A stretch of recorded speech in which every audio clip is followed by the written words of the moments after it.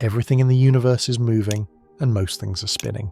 Stars rotate, planets keep turning around them, and even giant black holes at the centers of galaxies spin incredibly fast.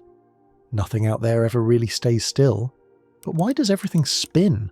What started this motion, and what keeps it going after billions of years? To understand that, we have to go back to how the universe began, when clouds of gas, dust, and gravity came together to form everything we see today. Before we begin this video, drop in the comments below where in the world you're watching from and what time it is for you now. Then, settle in as we explore why everything in space is spinning and what may have caused it.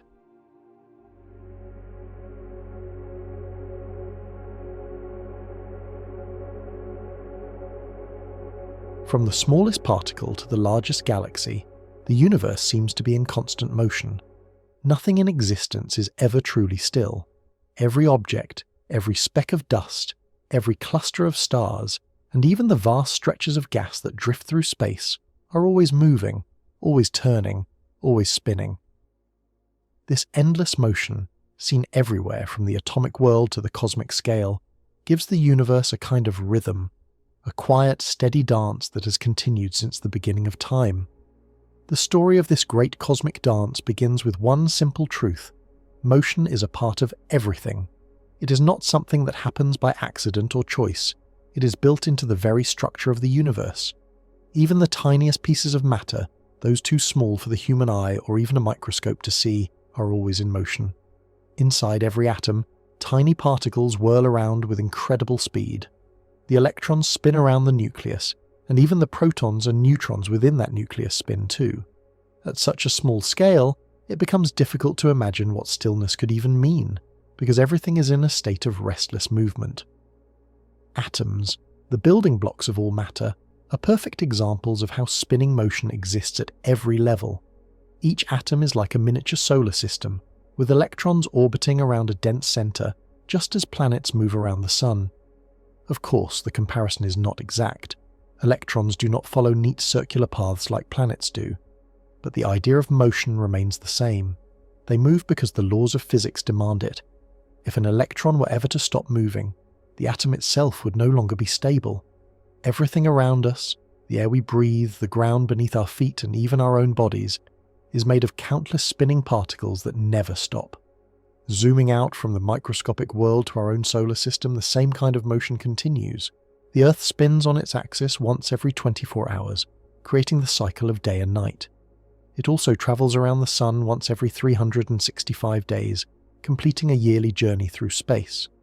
The Moon spins as it orbits Earth, perfectly synchronized so that the same side always faces us. Every planet, moon, and asteroid in the solar system spins in its own unique way, some quickly, some slowly, and some in the opposite direction of their neighbors.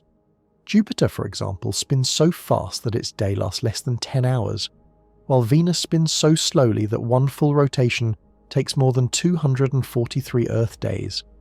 But the dance does not stop there. The Sun itself is spinning too. It takes about 25 Earth days for the Sun to complete a rotation at its equator, though the poles turn more slowly. Even this great ball of plasma, large enough to hold more than 1 million Earths inside, moves and turns with a rhythm of its own. Its spinning motion helps to create the magnetic fields that drive solar flares, sunspots, and the streams of charged particles that flow out into space as the solar wind. Beyond our solar system, the same pattern appears again and again. Stars, born in swirling clouds of gas and dust, carry rotation from the moment they form. When a cloud of gas begins to collapse under its own gravity, any small amount of spin it had becomes faster and faster as it shrinks, just like a figure skater who spins more quickly when pulling in their arms. This is a basic rule of nature known as the conservation of angular momentum. When something gets smaller, its rotation speeds up if no outside force acts to slow it down. That simple law explains why nearly every star in the sky is spinning, and why the planets that form around them do the same. The conservation of angular momentum is one of the key reasons why spinning motion is so common throughout the universe. Billions of years ago, before there were stars, planets, or galaxies, the universe was filled with a nearly uniform sea of particles. Even then, tiny fluctuations, small uneven spots in density and temperature, caused some regions to begin collapsing under their own gravity. These clouds, although random and chaotic, had slight twists and turns, As they collapsed, those small rotations grew stronger and faster, leading to the birth of spinning stars, rotating planets, and eventually entire galaxies that spin on a grand cosmic scale. Galaxies are among the most magnificent examples of rotation in the universe. Our own Milky Way is a giant spiral, made up of hundreds of billions of stars, all orbiting the galactic center like dancers in an enormous celestial waltz. It takes the Sun about 220 million years to complete just one orbit around the Milky Way's center. Every star, nebula, and cloud of gas in the galaxy moves together in this vast rotation, bound by the pull of gravity. The galaxy itself spins like a huge disk, with the densest and most active region near the middle, the galactic bulge, where a supermassive black hole lies waiting. That black hole, known as Sagittarius A star, also spins. Despite being invisible, it influences everything around it through its immense gravity. Matter falling toward it forms a hot, spinning disk of gas and dust called an accretion disk. The faster the black hole spins, the more energy it can release as this matter spirals inward. These cosmic whirlpools are among the most energetic and powerful objects in existence, shooting out jets of radiation that can stretch thousands of light years into space. Even in the heart of darkness, the dance of spinning motion continues. The idea that everything spins might seem simple, yet it reveals something profound about how the universe works.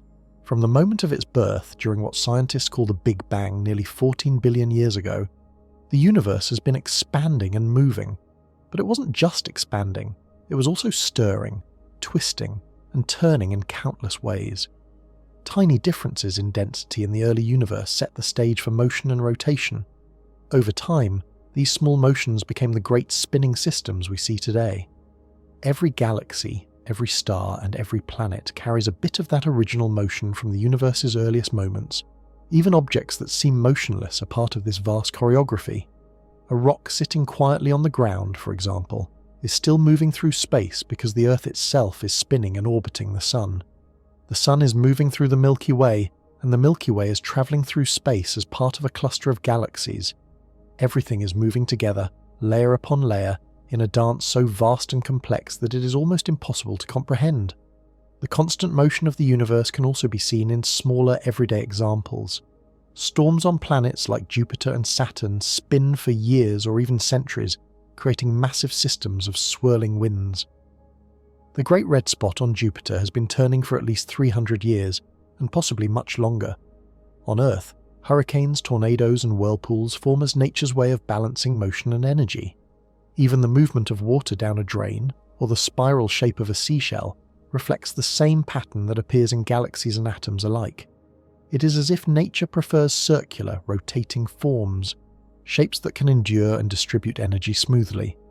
This universal tendency towards spinning shapes may be more than coincidence. Rotation provides stability. When an object spins, the centrifugal force pushes outward, balancing the inward pull of gravity or other forces. That balance is what keeps planets round, stars stable, and galaxies in their graceful shapes. Without spin, many systems in the universe might collapse or fall apart. In that sense, motion is not just common, it is necessary. It keeps the universe in order. Scientists have spent centuries studying the causes and effects of rotation in the cosmos. Isaac Newton, in the 17th century, was one of the first to describe how forces act on spinning bodies. His laws of motion explained why planets move in orbits, and how their motion can continue without stopping, unless another force interferes. Later, in the 20th century, Albert Einstein refined those ideas with his theory of relativity, showing how the fabric of space and time itself can twist and curve around massive spinning objects. According to Einstein's equations, even the rotation of a planet or star slightly drags space-time around with it, a phenomenon known as frame dragging. This subtle effect has been observed near massive bodies like the Earth and the black holes at the centers of galaxies, confirming that rotation affects not only matter, but also the very structure of the universe itself. On an even larger scale, entire clusters of galaxies rotate together, and cosmic filaments, the immense threads of galaxies that make up the universe's structure, appear to twist and spin across distances measured in hundreds of millions of light years. Recent astronomical studies suggest that the cosmic web, the largest known pattern in existence, may have rotational motion too. If true, It would mean that the universe itself might possess an underlying spin on the grandest imaginable scale. All of this motion raises an even deeper question. Where did it come from? Why did the universe begin with rotation in the first place? Physicists continue to explore this mystery. Some suggest that the earliest moments after the Big Bang involved quantum fluctuations, tiny, random movements in energy that eventually grew into the large-scale structures we see today. Others believe that the symmetry of the early universe naturally produced rotational motion, as energy and matter tried to balance themselves out. Still others think that cosmic inflation, the rapid expansion that occurred in the first fraction of a second after the Big Bang, may have amplified small spins into enormous cosmic rotations. Whatever the cause, the result is clear. Rotation is built into the fabric of reality. Even time itself can be connected to rotation. The ticking of a clock is based on repetitive motion. A pendulum swinging, a wheel turning, or an electron vibrating within an atom. The very measurement of time depends on cycles, and cycles are forms of spinning motion. The universe measures its own age through these endless rotations. The turn of a planet, the orbit of a moon, the revolution of a star, the spiral of a galaxy. Every rotation marks the passage of cosmic time, from the instant of creation to the farthest future. In the realm of subatomic physics, the story becomes even stranger. Particles like electrons, protons, and neutrons have a property called spin, though it is not spin in the ordinary sense. It is a fundamental characteristic of quantum particles, describing how they behave and interact with magnetic fields. Quantum spin helps determine the structure of atoms and the chemistry of matter. Without it, the periodic table would not exist, and life itself could not form. Even at the tiniest scale imaginable, spinning motion defines the rules of the universe. At larger scales, the rotation of celestial objects creates spectacular effects. Spinning stars flatten slightly at their poles due to their rapid rotation, creating an oblate shape rather than a perfect sphere. Some stars spin so fast that they throw off material into space, forming rings or disks around them. Others, after exhausting their fuel, collapse into neutron stars, tiny, incredibly dense remnants that can rotate hundreds of times per second. These pulsars send out beams of radiation that sweep across space like cosmic lighthouses, flashing rhythmically as they turn. Every pulse marks a perfect, steady beat in the universe's vast symphony of motion. The same laws apply to planets and moons. Earth's rotation gives rise to the Coriolis effect, which causes weather systems to spin in different directions in the northern and southern hemispheres. It also slightly bulges the planet at the equator. If the Earth ever stopped spinning, the consequences would be catastrophic. Oceans would shift, the atmosphere would collapse toward the poles, and the familiar rhythm of day and night would vanish.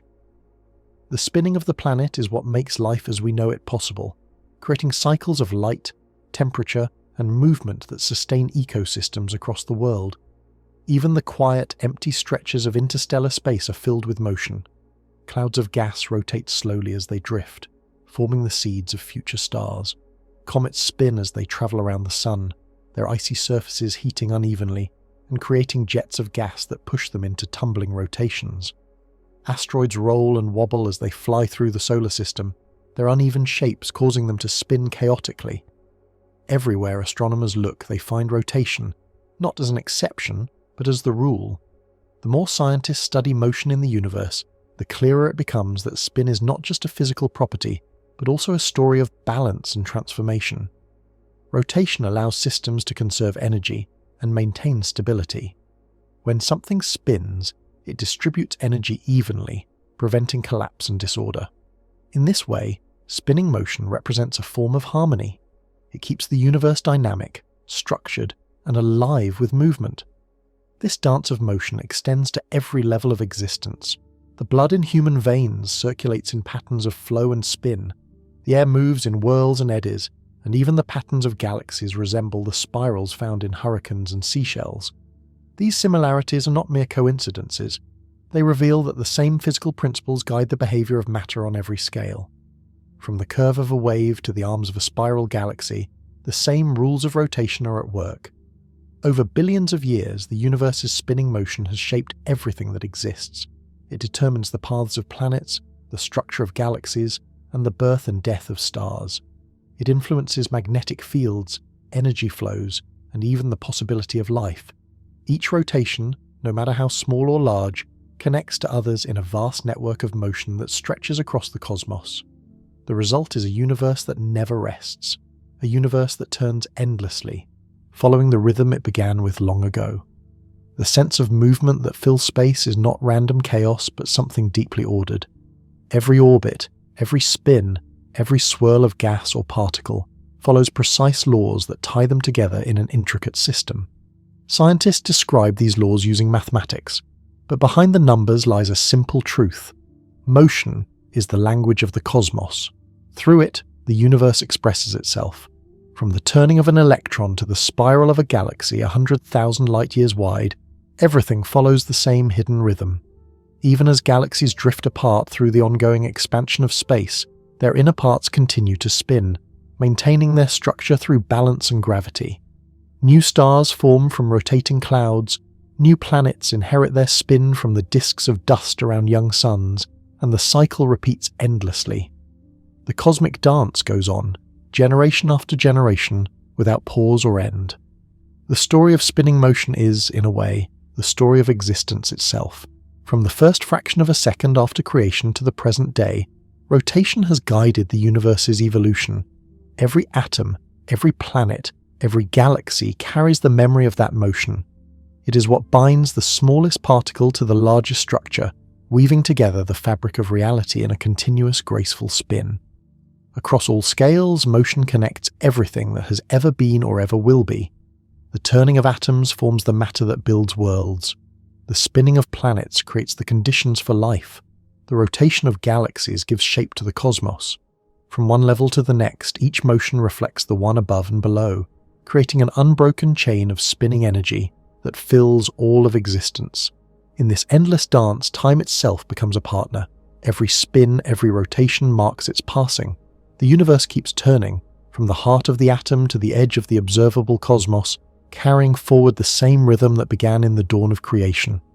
The dance of the universe continues, quiet yet eternal, written into the very nature of everything that moves, everything that exists, and everything that ever will.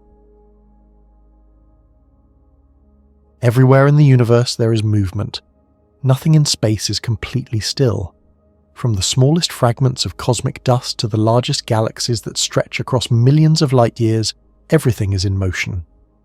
Among all the kinds of motion that fill the universe, such as orbiting, drifting, expanding, or colliding, one stands out as the most common and most mysterious: rotation. Everything spins. Planets rotate around their axes, stars whirl with enormous energy, moons turn slowly or swiftly, asteroids tumble end over end, galaxies twirl like vast spirals of light, and even the most powerful and extreme objects known to science, black holes, spin with unimaginable speed. This universal rotation gives shape, stability, and rhythm to the cosmos. It is a hidden yet constant motion that connects everything, from tiny atoms to colossal galaxies, revealing a deep unity in the way the universe behaves. To understand how universal rotation truly is, one can start with something familiar: the planets. Take Earth, for example. It completes one full rotation on its axis every 24 hours, creating the pattern of day and night that defines life on its surface. This gentle turning is so steady that people rarely think about it, yet it is one of the most important motions in existence. Without Earth rotation, the planet's surface would bake under endless sunlight on one side while the other side froze in perpetual darkness. The balance between light and shadow, heat and coolness, life and rest, all comes from this endless spin. But Earth is far from unique. Every planet in the solar system spins, though each one does so differently. Jupiter, the largest planet, spins faster than any other, completing a rotation in just under 10 hours. Its massive bulk means that at its equator, the surface moves at tremendous speed, over 45,000 kilometers per hour. The rapid spin stretches Jupiter's shape, making it noticeably wider at the equator than at the poles. Saturn, too, rotates quickly, completing a full spin in a little over 10 hours, while Neptune and Uranus rotate somewhat more slowly but still maintain steady, swift turns. Mars, which spins once every 24.5 hours, has a day length strikingly similar to Earth's. Venus, however, is an exception. It rotates so slowly that one day on Venus lasts about 243 Earth days, and it spins in the opposite direction from most other planets. Even Mercury, the smallest planet, which takes almost 59 Earth days to complete one rotation, follows the same cosmic rule. It turns. The differences in rotation speeds among planets are not random. They are shaped by how each planet formed, what it collided with, and how it was influenced by nearby bodies like moons and the Sun. These variations tell a story about the early solar system, a time of violent impacts and swirling gas where everything began to spin from the start. Rotation is not limited to planets. Moons also spin, though their rotation often appears strange from Earth's point of view. The Moon, for instance, rotates exactly once every time it orbits Earth, meaning it always shows the same face to us. This phenomenon, called tidal locking, is a result of gravitational forces between the two bodies. Long ago, the Moon likely spun faster, but Earth's gravity gradually slowed it down until its rotation matched its orbit. Many moons in the solar system are tidally locked to their planets, including the 4 large Galilean moons of Jupiter: Io, Europa, Ganymede, and Callisto. Each one rotates in perfect rhythm with its orbit, creating a silent dance between planet and satellite. Farther out in space, smaller bodies like asteroids and comets also spin. Many of them rotate chaotically, not in smooth circles but in irregular tumbles. Because their shapes are uneven and their masses distributed unevenly, their spin can change as sunlight heats one side more than the other, causing slight shifts in momentum over time. Some asteroids rotate in just a few minutes, while others take days or even weeks. Astronomers have observed that most asteroids spin rapidly when they are small, while larger ones tend to rotate more slowly because their gravity keeps them stable. The spin of these tiny worlds can reveal secrets about their history, whether they have collided with other objects, broken apart, or reformed through gravitational attraction. But rotation does not stop with the solid bodies of the solar system. Stars, the blazing engines of the universe, are also spinning constantly. The Sun, our closest star, rotates once roughly every 27 days, but because it is made of hot plasma rather than solid matter, different parts of it spin at different speeds. The equator rotates faster than the poles, a phenomenon called differential rotation. This uneven spinning plays a crucial role in generating the Sun's magnetic fields and solar activity. The storms, flares, and bursts of energy that shoot from the Sun's surface all trace their origins to its restless rotation. Beyond our Sun, other stars exhibit even more dramatic spins. Young stars tend to rotate quickly, often completing a turn in less than a day, while older stars slow down as they age and lose energy through radiation and stellar winds. Some of the most extreme examples are neutron stars, the dense remnants left behind after a supernova explosion. These objects, only about 20 kilometers wide, can rotate hundreds of times per second. One particular kind of neutron star, known as a pulsar, sends out beams of radiation that sweep through space like a cosmic lighthouse, flashing every time the beam points toward Earth.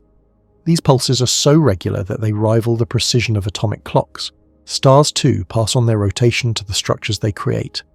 When a star forms from a collapsing cloud of gas and dust, that cloud begins to spin faster and faster as it contracts, a result of the conservation of angular momentum.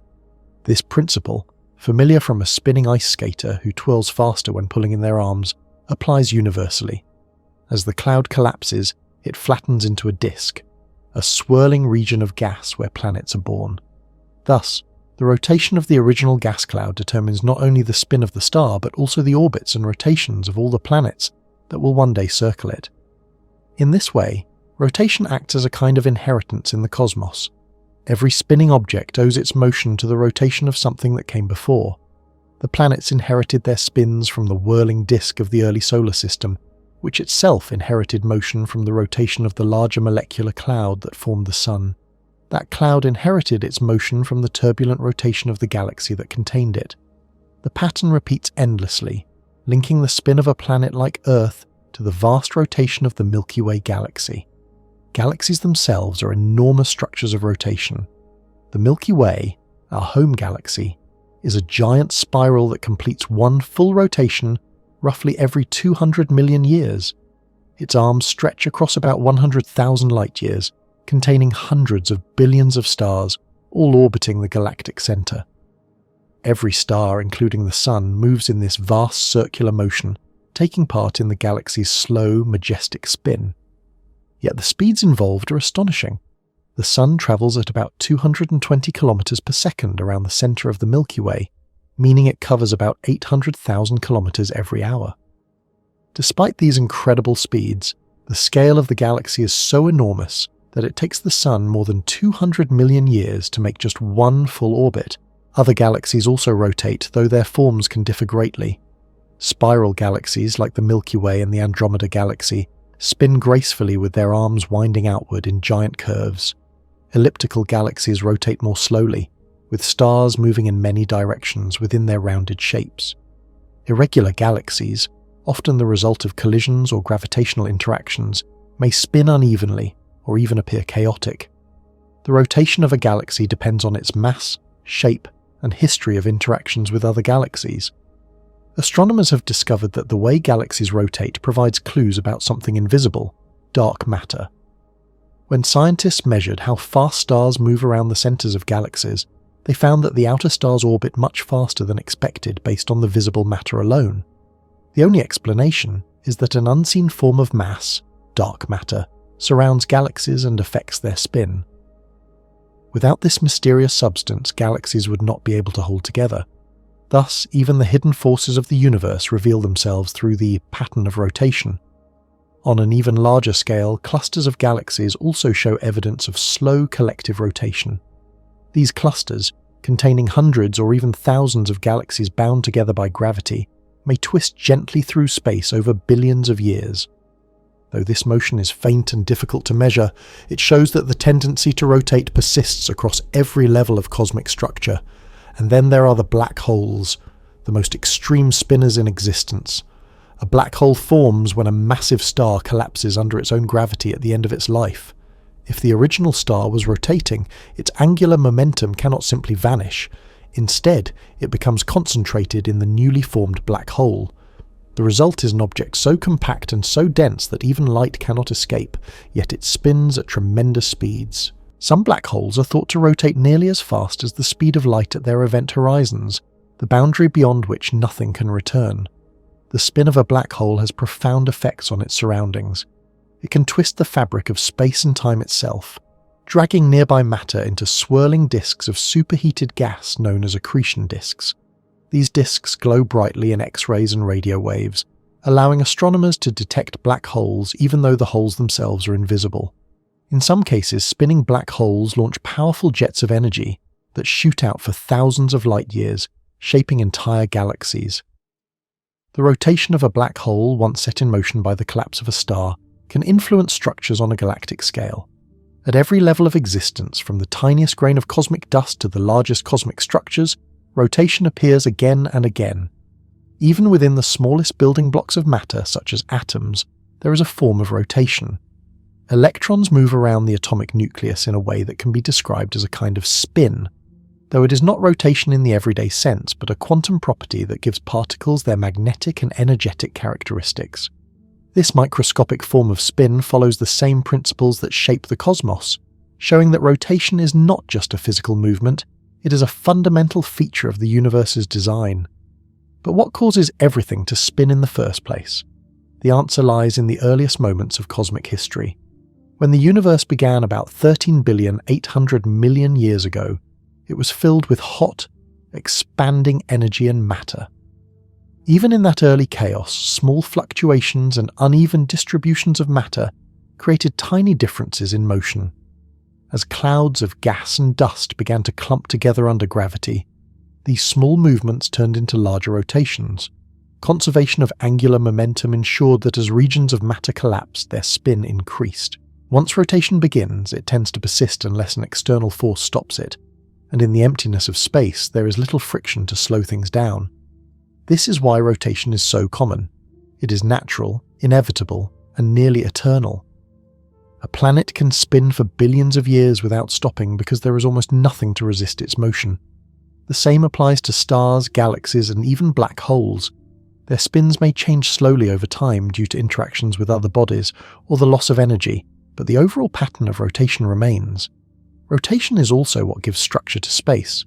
Without it, the universe would look very different. The flattening of planets, the swirling shape of galaxies, and the stability of star systems all arise from rotation. Even the gentle tilt of Earth's axis, which causes the changing seasons, is a result of its spin. The daily rhythm of sunrise and sunset, the steady pull of tides, and the cycle of winds and currents on Earth are all connected to rotation. The same principle applies on a grander scale. The spinning motion of galaxies helps shape the distribution of matter throughout the cosmos, influencing how stars form and how light travels across space. Rotation brings balance between gravity and motion, preventing matter from collapsing entirely inward while still holding it together. It is this balance that allows stars to orbit galaxies, planets to orbit stars, and moons to orbit planets. Even the smallest irregular spin can have far-reaching effects. A slight change in a planet's rotation can alter its climate and atmosphere. For example, if Earth's rotation slowed noticeably, days would become longer, winds would shift, and weather patterns would change dramatically. If it stopped completely, one side would be scorched while the other froze, and life as we know it could not survive. The stability of Earth's spin is therefore essential to its habitability. Rotation is also a key to time itself. Humanity measures days, months, and years based on rotation and revolution. The spinning of Earth defines a day. The orbit around the Sun defines a year. Without rotation, there would be no natural division of time, no rhythm to mark the passage of existence.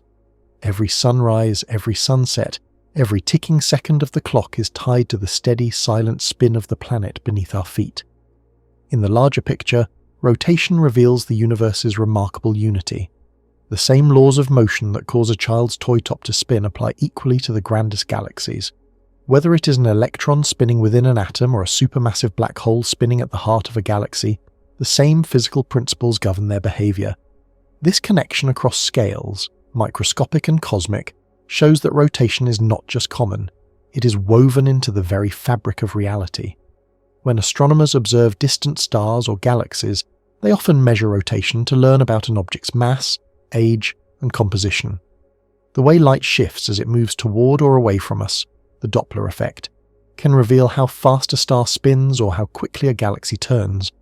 In this way, rotation becomes not only a universal property, but also a powerful tool for discovery. As technology advances, scientists continue to uncover new details about cosmic rotation. Space telescopes and radio observatories have measured the spin of black holes with remarkable accuracy.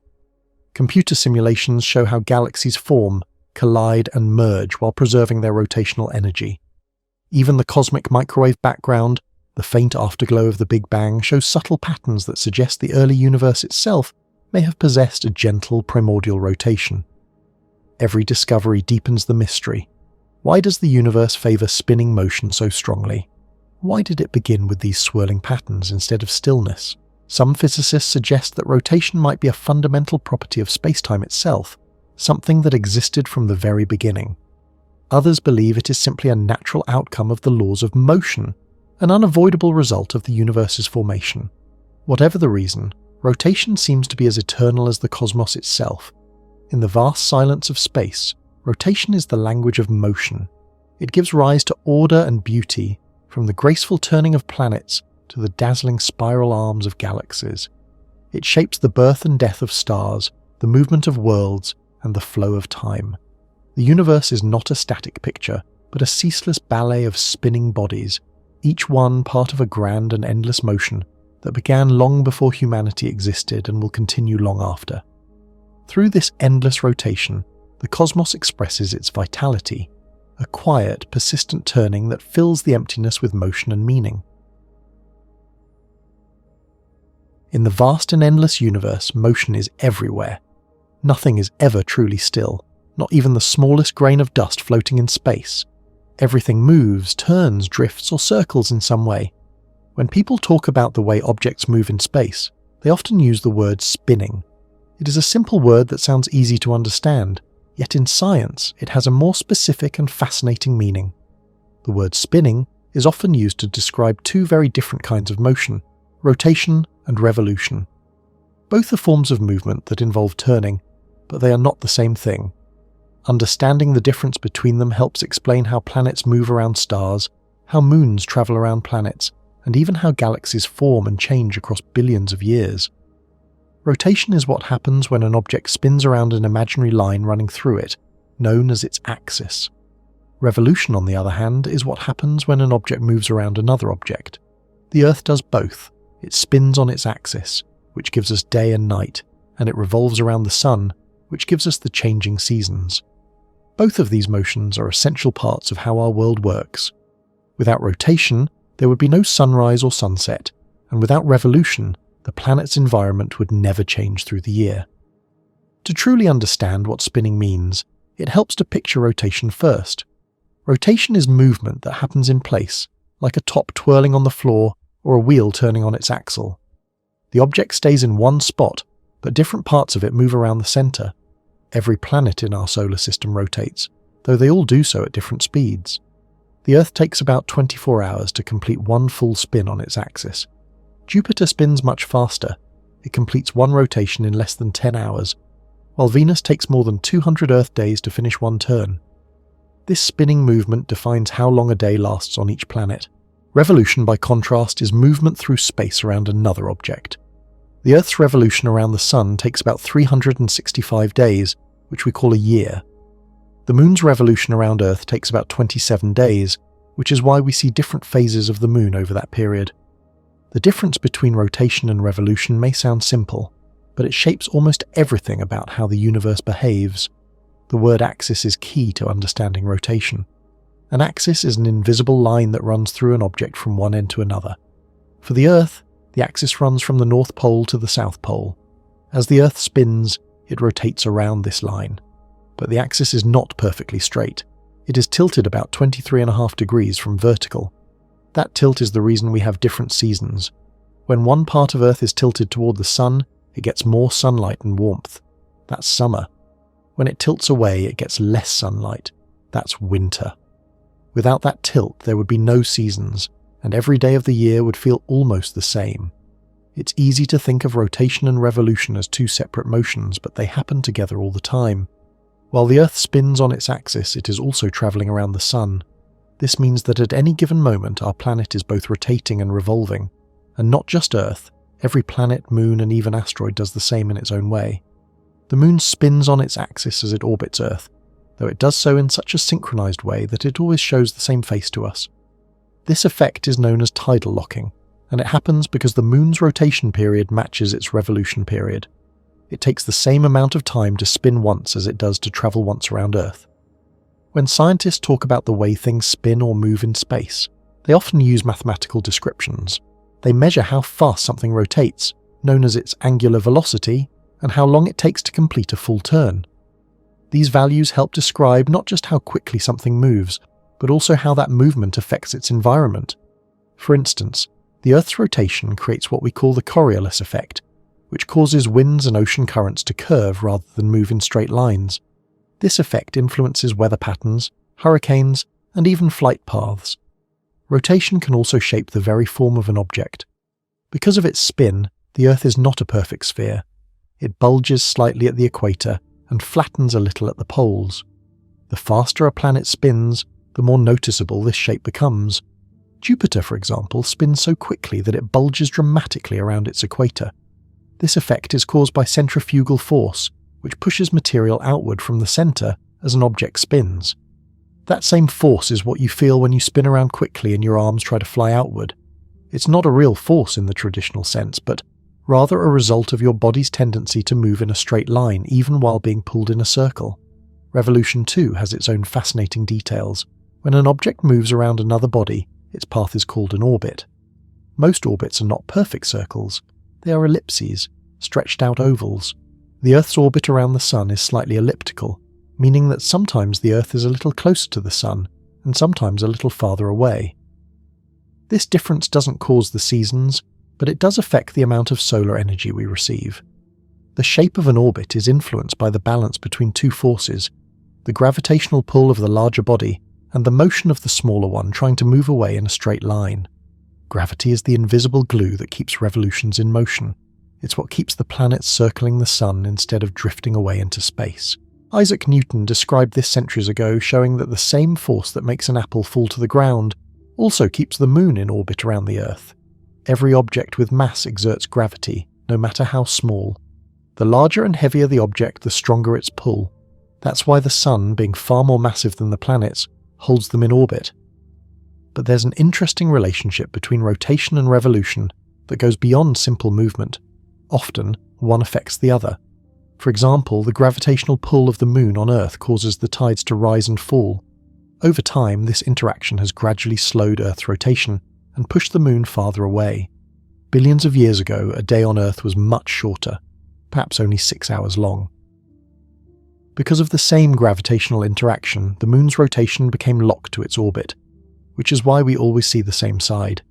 Other moons in the solar system show similar behaviour. Many of Jupiter's and Saturn's moons are tidally locked to their planets. This balancing act between rotation and revolution happens everywhere in the cosmos, and it helps bring order to what would otherwise be chaotic motion. It's one of the reasons planetary systems remain stable for billions of years. Rotation also has another curious effect. It gives objects angular momentum, a kind of spin energy that resists changes. Once something starts spinning, it tends to keep spinning in the same direction unless an outside force interferes. This is why a spinning top stays upright for a while before it slows down and falls over. The same principle applies to the planets.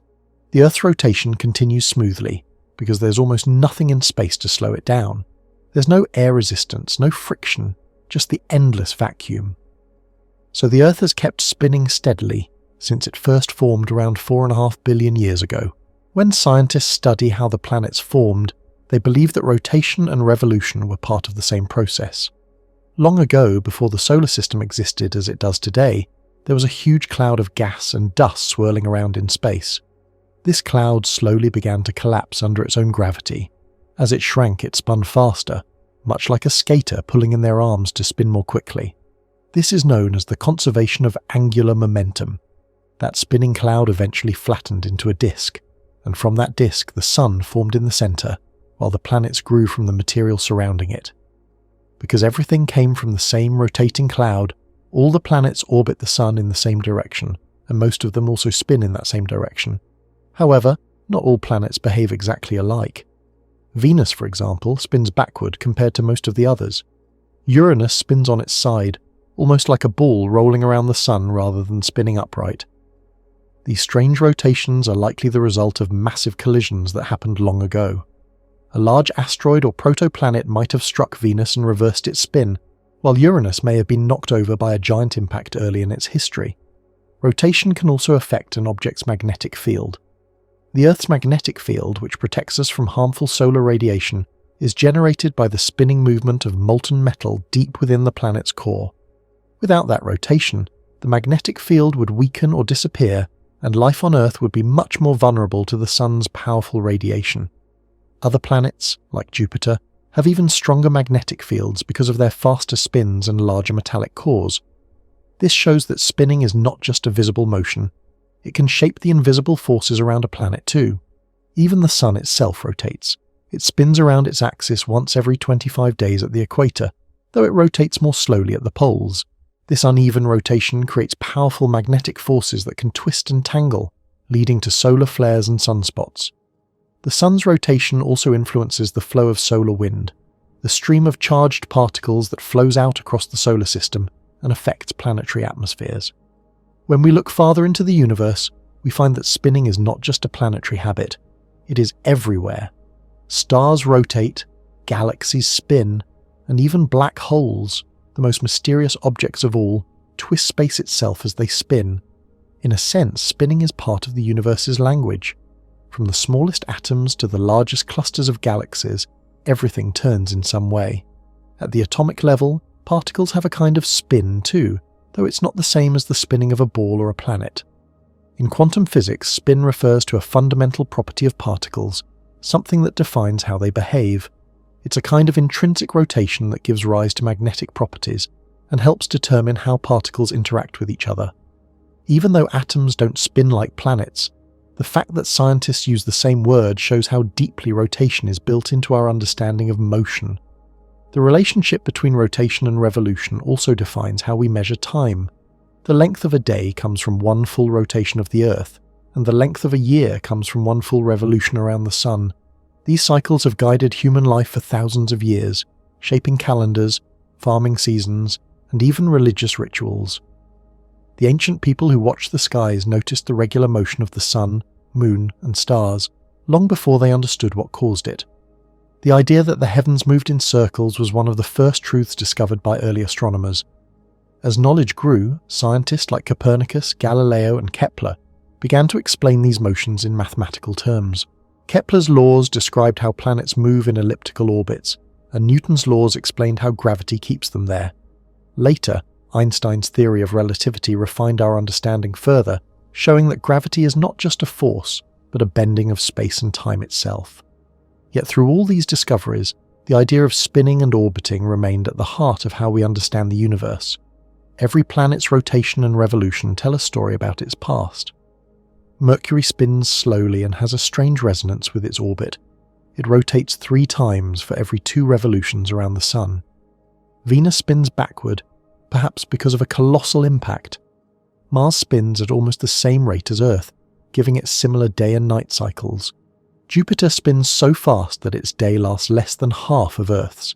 Saturn, Uranus, and Neptune also spin rapidly, and their fast rotations give them unique weather patterns, with massive storms that can last for years. Moons, too, have their own spinning and orbiting patterns.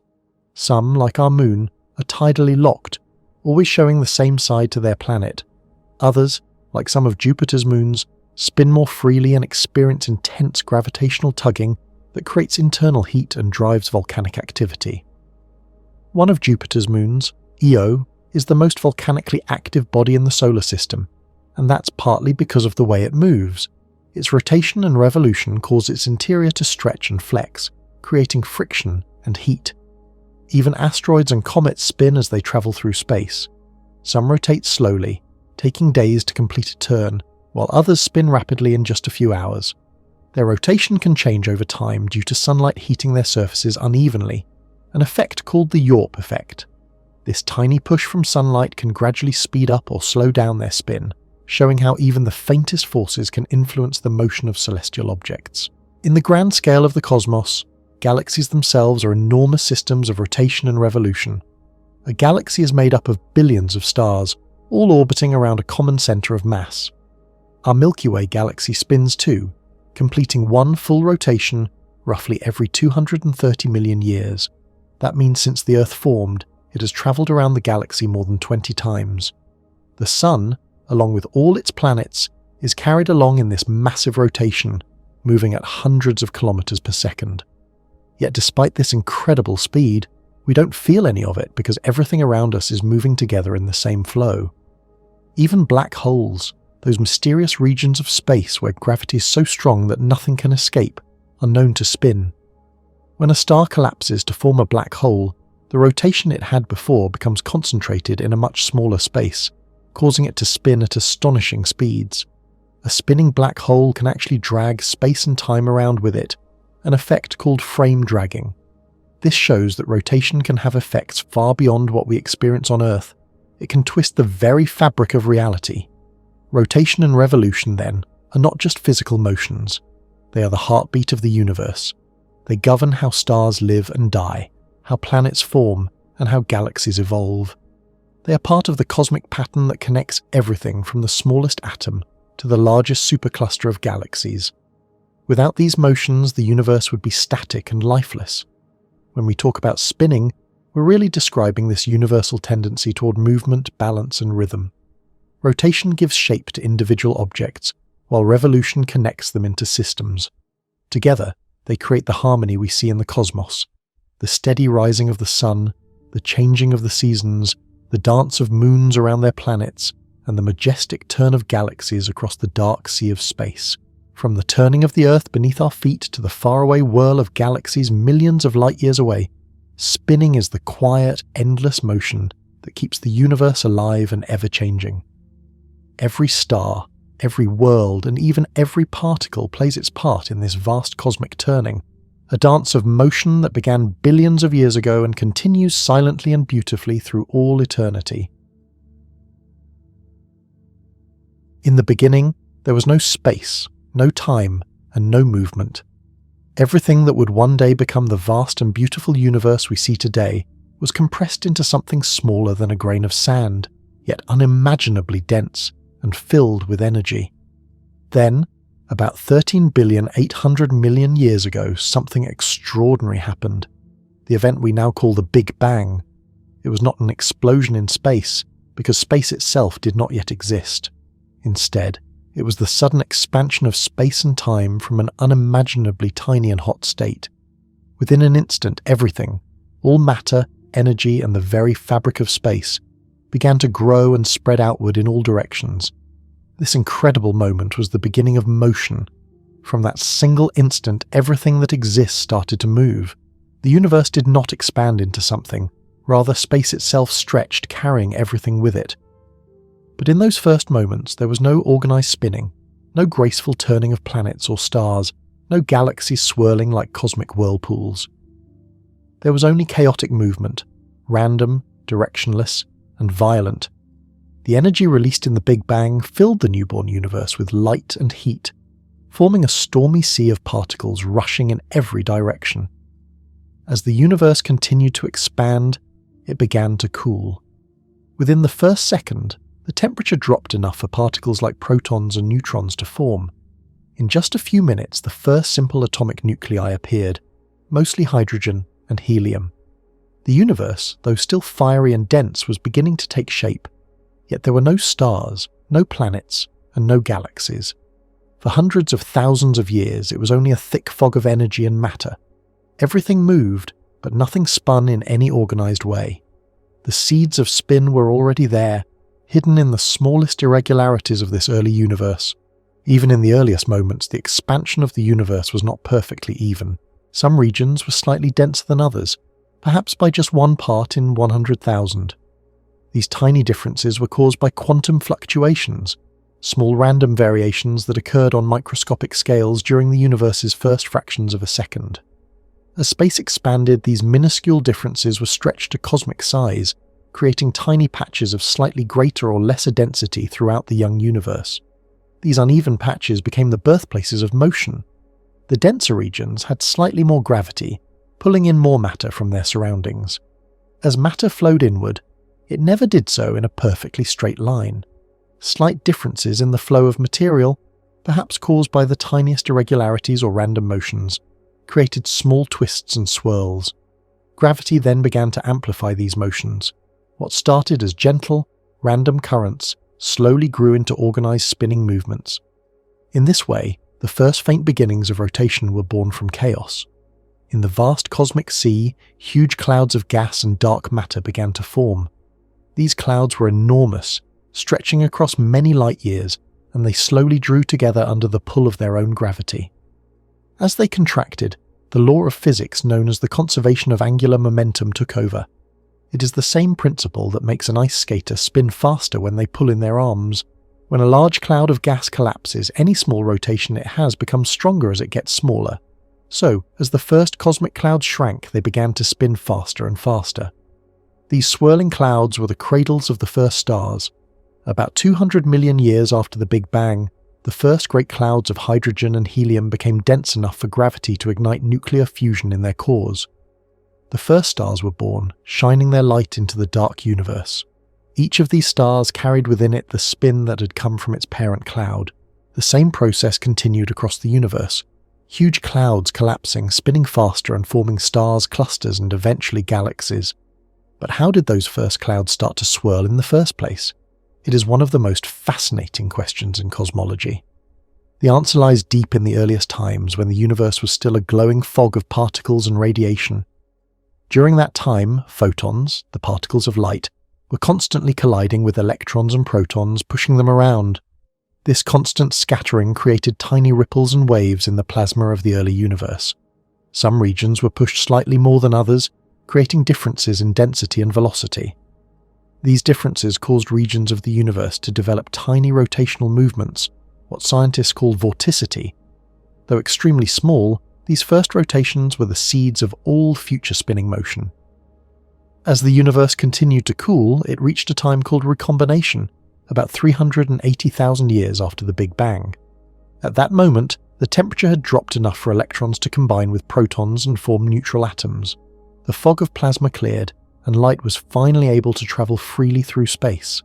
This released light is what we now see as the cosmic microwave background, a faint glow that fills the entire sky. But more importantly, the universe was no longer a thick soup of particles. The newly formed atoms could now move more freely, and the tiny swirls of motion that had started earlier could grow larger. Over the next hundreds of millions of years, these slight twists in the motion of matter began to grow under gravity's influence. Wherever there was a little more mass, gravity pulled more strongly, and as matter fell inward, the cloud began to rotate faster. This process continued across the universe, giving birth to the large-scale motion that still shapes the cosmos today. The very first galaxies were born from such spinning clouds. They were much smaller and more irregular than the great spiral galaxies we see today, but they already showed hints of rotation. Over time, through countless collisions and mergers, these primitive galaxies grew larger and more organized. Their spins became more defined, forming the grand spirals and rotating disks that now fill the universe. The fascinating thing about spin in the universe is that once it begins, it is almost impossible to stop. Angular momentum is conserved. It cannot be created or destroyed, only passed from one form to another. The same cosmic rule that governs the motion of a spinning top or a turning planet also governs the rotation of galaxies. When the first clouds of gas began to swirl, their angular momentum was locked in. As they broke apart to form stars, planets, and smaller structures, each of these pieces inherited a portion of the original spin. That is why every level of the universe, from the spin of tiny atoms to the rotation of gigantic galaxies, seems to echo the same cosmic rhythm. Inside those early spinning clouds, the birth of stars brought even more complexity to motion. As gas fell into the forming star, some of it was pulled into a flat, rotating disk around it. From these disks, planets and moons would later form, each inheriting part of the star's rotation. This is why our own solar system spins in the same general direction, a direct result of the swirling motion that began billions of years ago in a cloud of gas and dust. The universe, therefore, became a grand web of spinning systems. Each rotation, no matter how small, could trace its ancestry back to the first uneven motions that appeared after the Big Bang. In the earliest times, these motions were so faint that they might have seemed insignificant, yet over billions of years, gravity magnified them, building structure upon structure, rotation upon rotation, until the cosmos itself became a vast ballet of turning bodies. The process of spin formation is not only a story of gravity, but also of turbulence. In those first billion years, the young universe was far from calm. The first stars were massive and short-lived, burning through their fuel in just a few million years before exploding as supernovae. These explosions sent shockwaves through surrounding gas, stirring it up, creating new waves and vortices. Each shock added more motion, more swirling, and more opportunities for new stars and galaxies to form. The early universe was a restless place, filled with collisions, mergers, and explosions. Galaxies grew by absorbing smaller ones, their spins changing slightly with every encounter. Some spins aligned, creating majestic spiral galaxies, while others collided chaotically, forming elliptical galaxies that rotated more slowly. Every event left its mark on the motion of the universe, building upon that first spark of spin born from the earliest fluctuations. Even today, scientists can study the fingerprints of those first motions. By observing the cosmic microwave background, they can detect tiny variations in temperature, the traces of the density differences that led to the first swirls. With powerful telescopes like the James Webb Space Telescope, astronomers can peer back in time to see galaxies as they were only a few 100 million years after the Big Bang.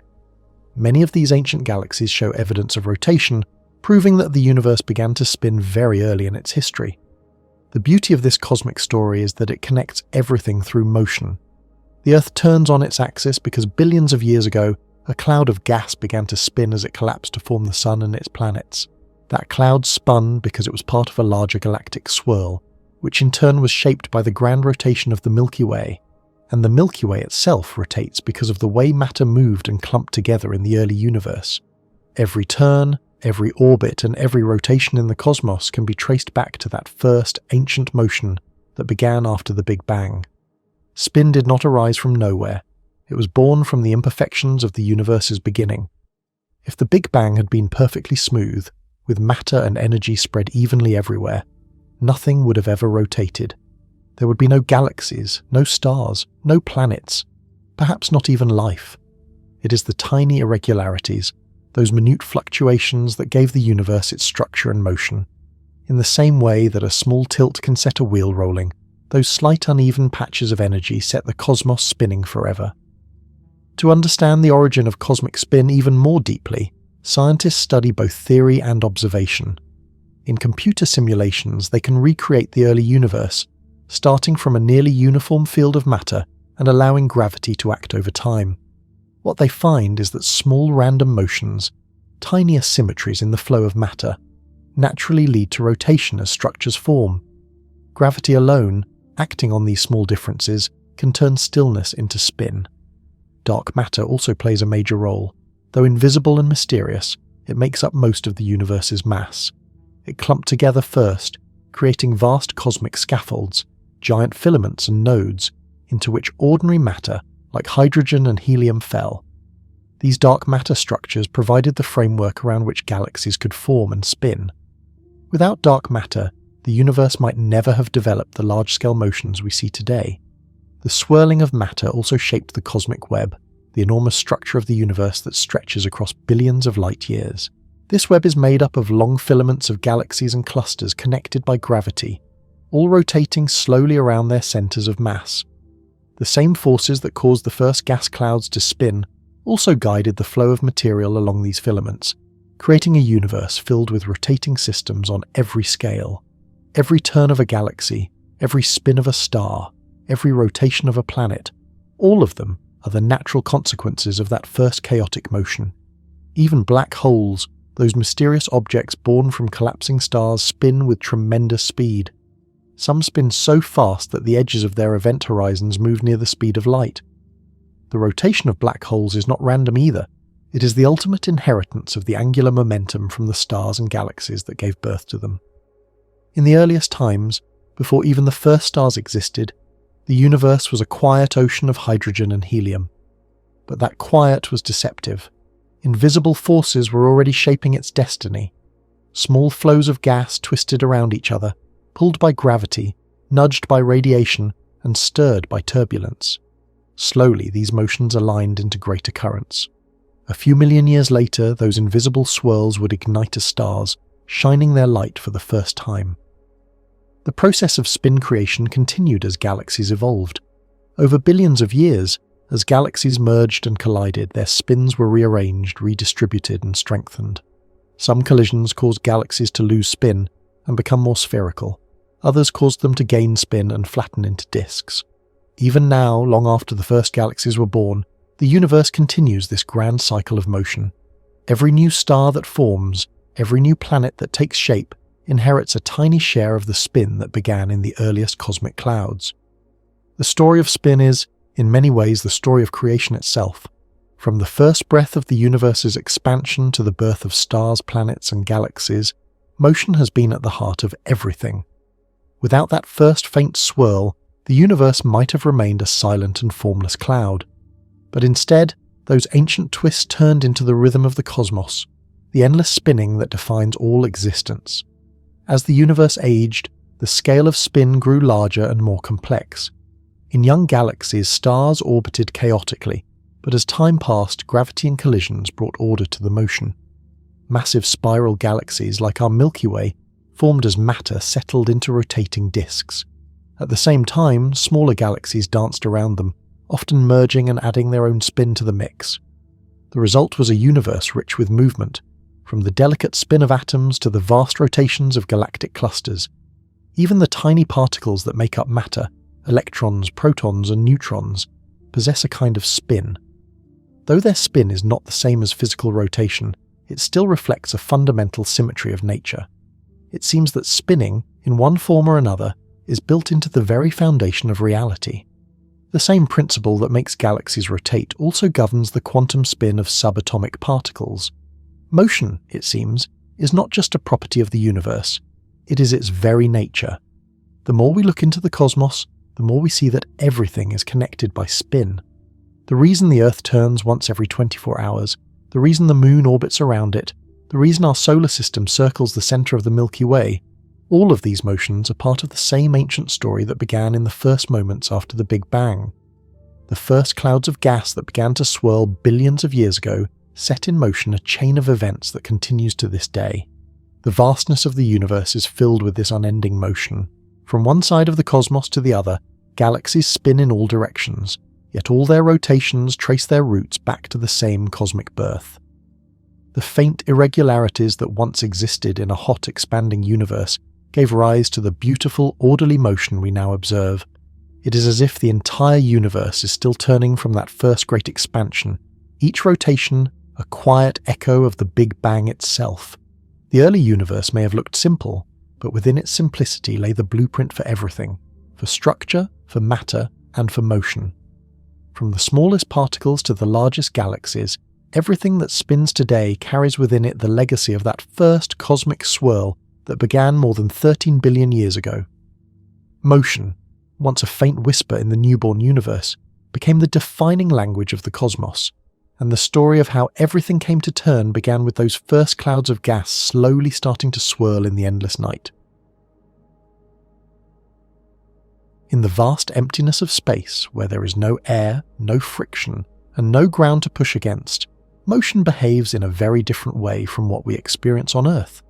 If something begins to spin out there, it does not easily stop. A planet turning around its axis, a star swirling at the edge of collapse, a moon rolling slowly through its orbit, or even a small speck of dust rotating in the faint glow of starlight. All of them continue their spinning endlessly, unless some force interferes. The deep and powerful reason behind this everlasting motion lies in one of the most fundamental principles of physics, the law of conservation of angular momentum. This principle explains why motion in space is eternal, why the universe itself seems filled with spinning things, and why once rotation begins, it tends to continue for billions of years. To understand this law, it helps to think of motion not as something that can only happen in straight lines, but as something that can also happen around a point or an axis.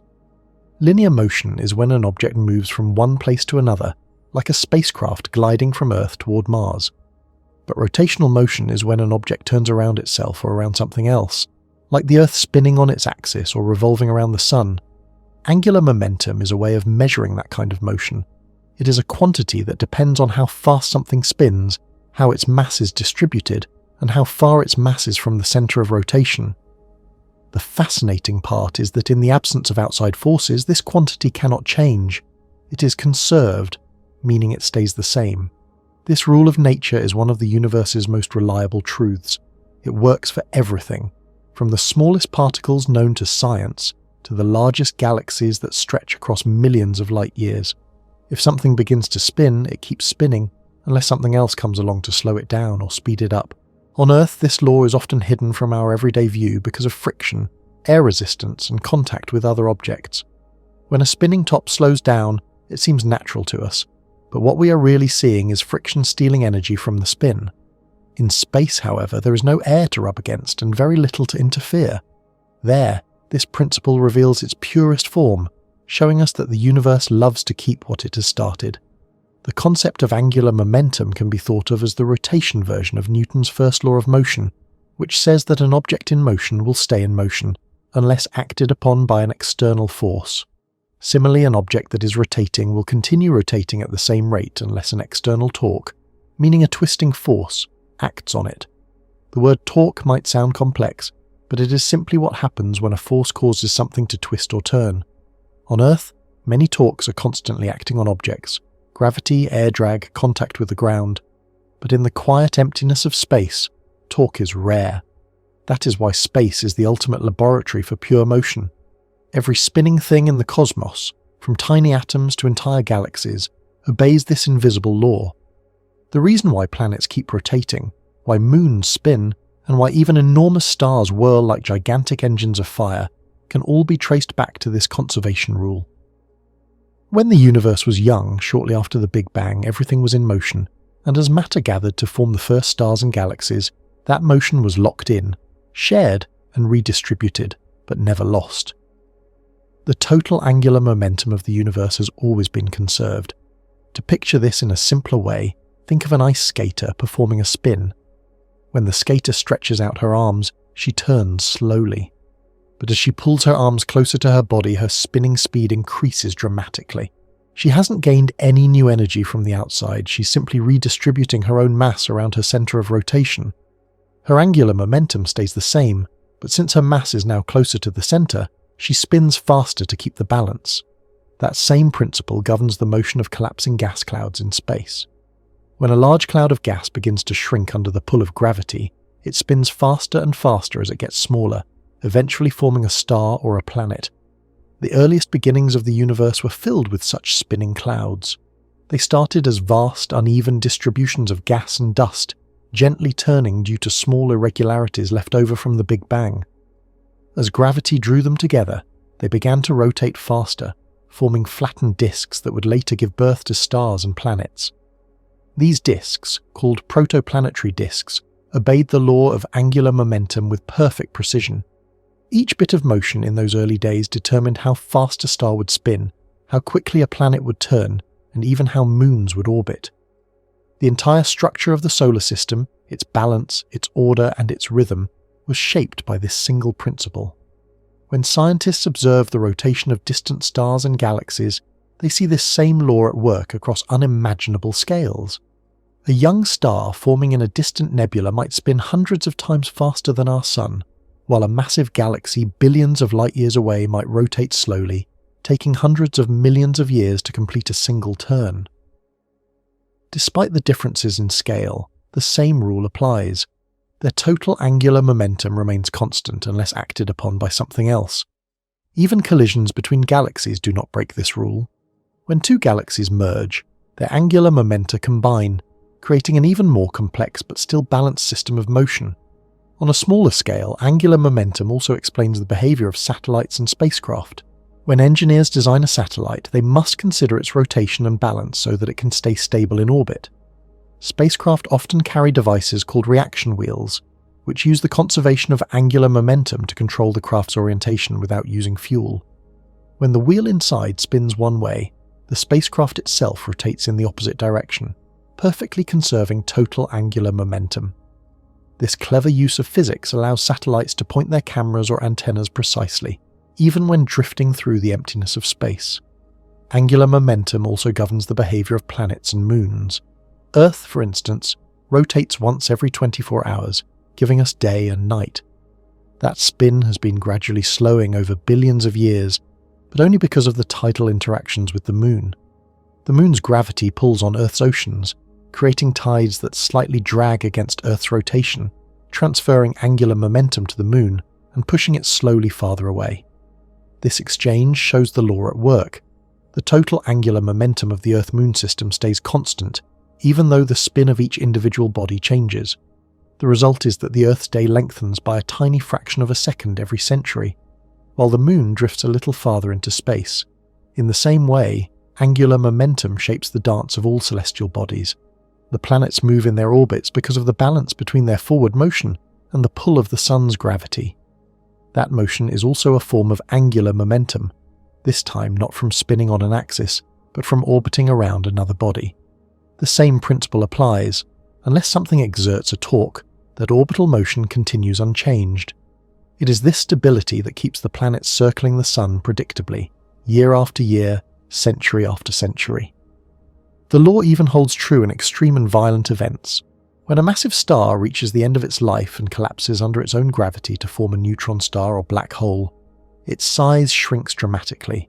But since angular momentum must be conserved, its rotation speeds up to astonishing levels. A neutron star, which is only a few kilometers wide, can spin dozens or even hundreds of times every second. Some of them, called pulsars, emit beams of radiation that sweep through space like cosmic lighthouses. Their incredible speed is not because they gained new energy, but because they are obeying the same ancient law that governs everything else. As they shrink, they must spin faster to keep their angular momentum constant. Even black holes, those mysterious regions of space where gravity becomes so strong that not even light can escape, follow this rule. A black hole formed from a rotating star inherits the angular momentum of the star that created it. Its spin becomes one of its defining characteristics, affecting the shape of its surrounding space and the behavior of matter that falls toward it. In fact, The immense power of the jets that stream out from the centers of galaxies may be driven by the rapid rotation of supermassive black holes, which twist the very fabric of space-time around them. The conservation of angular momentum also plays a central role in understanding how galaxies themselves form and evolve. In the early universe, after the first clouds of gas began to collapse under gravity, small rotations were amplified as matter fell inward. These growing rotations caused the gas to flatten into disks, and from these disks, spiral galaxies were born. The elegant arms of a spiral galaxy are not static. They are part of a great slow rotation that has been continuing for billions of years. Each star within those arms orbits the galactic center because of the same law that keeps planets in motion around stars. Over cosmic timescales, this principle explains the balance and structure of everything we see. It governs how binary star systems exchange energy, how planets capture moons, how asteroids tumble through the void, and how galaxies merge and evolve. Even phenomena that seem chaotic, like collisions or explosions, still obey it perfectly. The total angular momentum before and after an event always remains the same. Nature keeps its books balanced with infinite precision. What makes this principle so fascinating is that it requires no special conditions or materials. It is not something that only works in laboratories or under specific rules. It is a universal truth, unchanged from the moment the first atoms formed to the far future when stars will fade. In the emptiness between galaxies, where there is nothing but a few scattered atoms drifting in the dark, this law still reigns. If one of those atoms spins, it will keep spinning forever. The deep meaning of this law becomes clearer when we think of how it connects movement, stability, and time. It shows that motion is not easily destroyed. Instead, motion transforms. It can change direction, shape, or speed, but its essence remains. A rotating cloud may become a star. A spinning star may collapse into a pulsar. A swirling galaxy may merge with another to form something new. Through all these transformations, angular momentum flows like a silent thread, unbroken and unending. Scientists have spent centuries uncovering and testing this law. The story of its discovery stretches back to the foundations of classical physics. In the 17th century, Isaac Newton described the laws of motion and gravity, which laid the groundwork for understanding how things move and interact.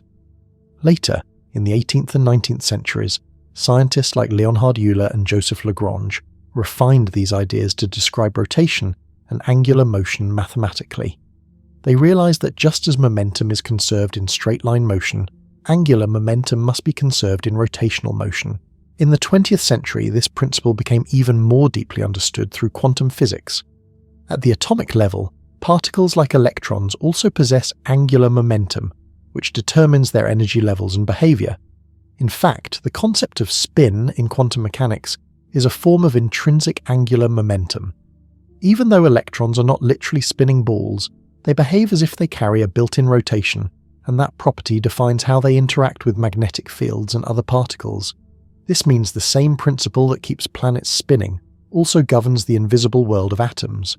The law's universality makes it one of the most beautiful ideas in science. Whether it is a child's spinning toy, a satellite orbiting Earth, a star forming in a distant nebula, or a galaxy rotating in the depths of space, the same unbreakable rule applies. This consistency across scales, from the microscopic to the cosmic, is what makes angular momentum one of the pillars of our understanding of the universe. Angular momentum is also responsible for many of the subtle and surprising behaviors we observe in motion. For example, the reason a spinning gyroscope resists tipping over is that its angular momentum keeps its axis stable. This is why spinning objects can maintain balance even when forces try to disturb them. It is the same effect that helps bicycles stay upright when moving, or why spinning planets maintain a steady tilt in space.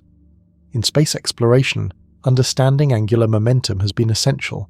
Spacecraft must rely on it to navigate and stabilize themselves. Astronauts floating in microgravity use it instinctively. If they twist their torso one way, their legs turn in the opposite direction to conserve angular momentum. Even simple actions like turning around or flipping over must obey this rule because in the weightless environment of space, every movement affects the balance of rotation. Over the long ages of cosmic history, angular momentum has shaped not only the motion of objects but also their form. Many cosmic structures, disks, rings, and spirals, are direct results of spinning matter conserving angular momentum. Saturn's magnificent rings, for example, are made of countless icy particles all orbiting the planet according to this rule. Each one moves in harmony with the others, their collective motion forming one of the most beautiful natural displays in the solar system. The law also influences the tilt and wobble of planets. Earth's axis, for instance, is tilted by about 23.5 degrees, which gives us our seasons. That tilt remains stable because of angular momentum, though over tens of thousands of years, slow wobbles called precession occur due to the gravitational influences of the Sun and Moon. These long-term changes still obey the same conservation rule. Even the gentle swaying of Earth's axis, which alters climate patterns over geological time, is guided by this law. Looking deeper into the universe, astronomers see that even the most massive and energetic processes cannot escape this rule. Supernova explosions, which are among the most violent events in existence, do not destroy angular momentum. When a star explodes, its outer layers are blasted into space, but the total rotation of all the ejected matter and the leftover core still equals the rotation before the explosion. Angular momentum may spread out or change form, but it never disappears. When scientists model the behavior of galaxies, they often find that angular momentum determines how stars are distributed within them. The flatness of spiral galaxies, the formation of their arms, and the motion of stars around their centers all stem from the way angular momentum was shared and conserved during their birth. Even elliptical galaxies, which appear more rounded, follow the same underlying rule, though their motions are more chaotic and less disk-like. This conservation law also provides insights into the stability of planetary systems. When planets form from a spinning disk of gas, their distribution and spacing are guided by the sharing of angular momentum. Some material moves inward to form the central star, while other material moves outward to form planets. The total angular momentum of the system determines how wide or narrow the orbits will be. Even small shifts in momentum can lead to dramatic rearrangements, such as the migration of giant planets or the capture of new moons. The elegance of the law lies in its simplicity. It does not rely on any mysterious forces or complex interactions. It is a straightforward rule that says, if nothing interferes, rotation will continue unchanged. And because space is mostly empty, that nothing is exactly what makes the rule so powerful. Out there, far from the friction and resistance that fill our everyday world, motion persists. A planet turning today will keep turning for billions of years more. A star spinning in a distant galaxy will continue its dance long after humanity is gone. The universe keeps its spin. Scientists and engineers continue to rely on this law in every area of modern technology. From the design of rockets and satellites to the study of planetary orbits and galactic dynamics, the conservation of angular momentum is always present. Even computer simulations of the early universe depend on it to recreate the formation of structure from the chaos that followed the Big Bang. Without this law, the universe as we know it would not hold together. Planets might fall into stars, galaxies might lose their shape, and even atoms would not behave as they do. In a way, the conservation of angular momentum is like the heartbeat of motion. It keeps everything moving with a steady rhythm, preserving the memory of every spin that ever began. From the first flicker of rotation in the young universe to the endless turning of galaxies today, this law has guided the cosmic story without ever changing. It is one of those simple yet profound truths that reveal the unity of nature, that the same rule that governs a child's spinning toy also governs the rotation of galaxies 100 million light-years away. The conservation of angular momentum is not just a piece of physics, it is a principle of balance and continuity that stretches across time and space. Every motion, once begun, carries on, sometimes slower, sometimes faster, sometimes transformed, but never destroyed. It is the silent rule that keeps the stars turning, the planets orbiting, and the galaxies whirling in their endless cosmic journey. It is the law behind it all, the reason why spinning never stops in the infinite stillness of space. In the vastness of space, long before stars like our Sun were ever born, there existed enormous clouds made of gas and dust. These clouds were enormous, so wide that it would take light, travelling at almost 300,000 kilometers per second, years to cross them. They were cold, dark, and almost invisible. For countless ages they drifted silently through the cosmic emptiness, slowly changing shape under the quiet pull of gravity. Within these giant clouds lay the raw materials that would one day become stars, planets, and even life itself. Yet at that stage everything was shapeless and scattered, like an artist's paint before the first brushstroke. What turned this chaos into something so structured and bright as a star was a simple but powerful law of motion, one that can be found in spinning ice skaters, twirling tops, and even galaxies, the law of rotation and the conservation of angular momentum. At first, these enormous gas clouds seemed calm, but nothing in space is ever completely still. Even the faintest breeze of motion, a gentle swirl or a slow drift, can change everything over long stretches of time. The atoms of hydrogen and helium within these clouds moved about in different directions. Some parts moved slightly faster, some slower, but together they created tiny patterns of motion that gravity could amplify. Once gravity began to pull the particles toward each other, the story of star formation began. The pull of gravity acted as an invisible hand, drawing the scattered particles closer and closer to one another, slowly turning a loose, spread-out cloud into a more compact one. As the cloud shrank, something remarkable happened. It started to spin faster and faster. This increase in spin happens because of a physical rule called the conservation of angular momentum. It means that if something is spinning and then shrinks, it must spin faster to keep its overall motion the same. A simple way to picture this is to think of a figure skater. When a skater stretches their arms wide, they spin slowly. But the moment they pull their arms in, their speed increases dramatically. They are not pushed by any outside force. Their motion simply redistributes itself. What happens to a spinning skater happens on an immense scale in space. The same principle that governs a graceful movement on an ice rink also shapes the birth of stars in the dark depths of the universe. As the gas cloud continues to collapse, the pull of gravity grows stronger at the center, where more material gathers. The temperature there rises as the atoms move faster and bump into each other more often. The once cold cloud begins to heat up, glowing faintly as it grows denser. Meanwhile, the rotation of the entire structure increases. What was once a slow, almost unnoticeable drift turns into a vigorous spin. The cloud starts to flatten into a disc shape, wider at the edges and thinner at the center, much like a spinning pizza dough being stretched out by the hands of a skilled chef.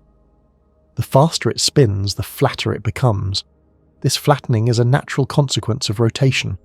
When something rotates, the material inside it feels two competing effects: the inward pull of gravity trying to make it collapse, and the outward push caused by its spin, known as centrifugal force.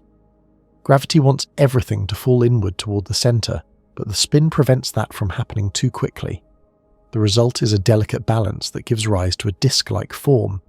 Near the center of this disc, where gravity dominates, matter keeps falling inward, feeding a growing protostar, a young, forming star that shines faintly from the heat of compression. Farther out, the rotation slows the collapse, causing material to spread into an extended rotating disk of gas and dust. Over time, the protostar at the center becomes the heart of this rotating system. Every bit of material that spirals inward brings with it more heat, more pressure, and more energy. Within a few 100,000 years, the protostar grows hotter and brighter. The immense pressure inside it forces atoms of hydrogen to come close enough to begin fusing into helium, releasing enormous amounts of energy in the process.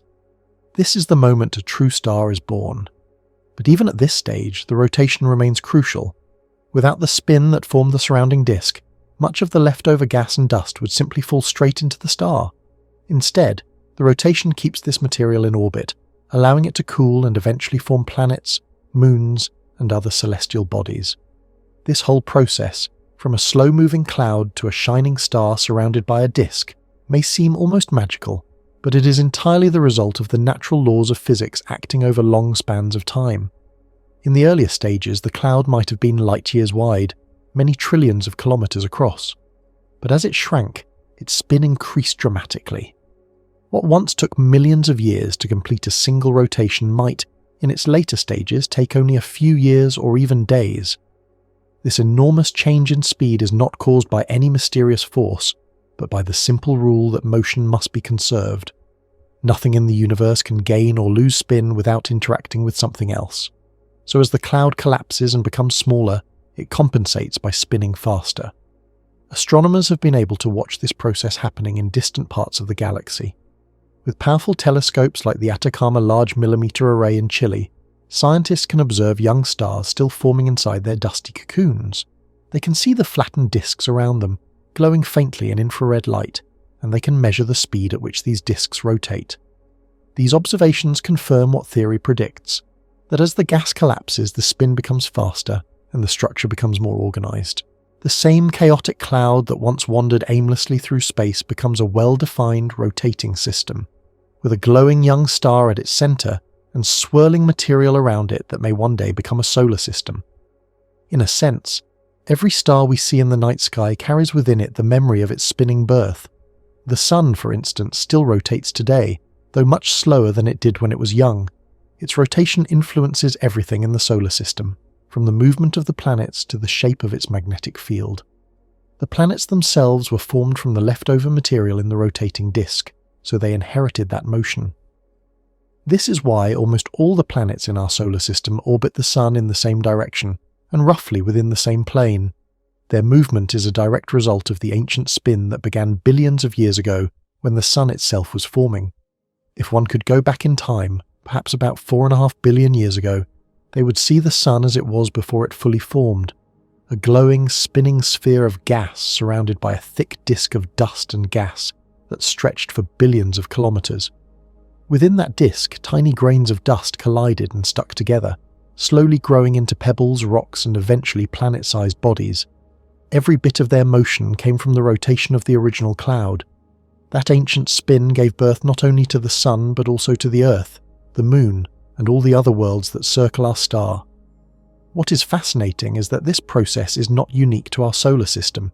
It is universal. Every star, wherever it forms, begins with the same fundamental steps. A cold cloud of gas begins to collapse under gravity, starts to spin faster as it shrinks, flattens into a disk, and forms a new star at the center. Even galaxies themselves follow similar patterns on a much grander scale.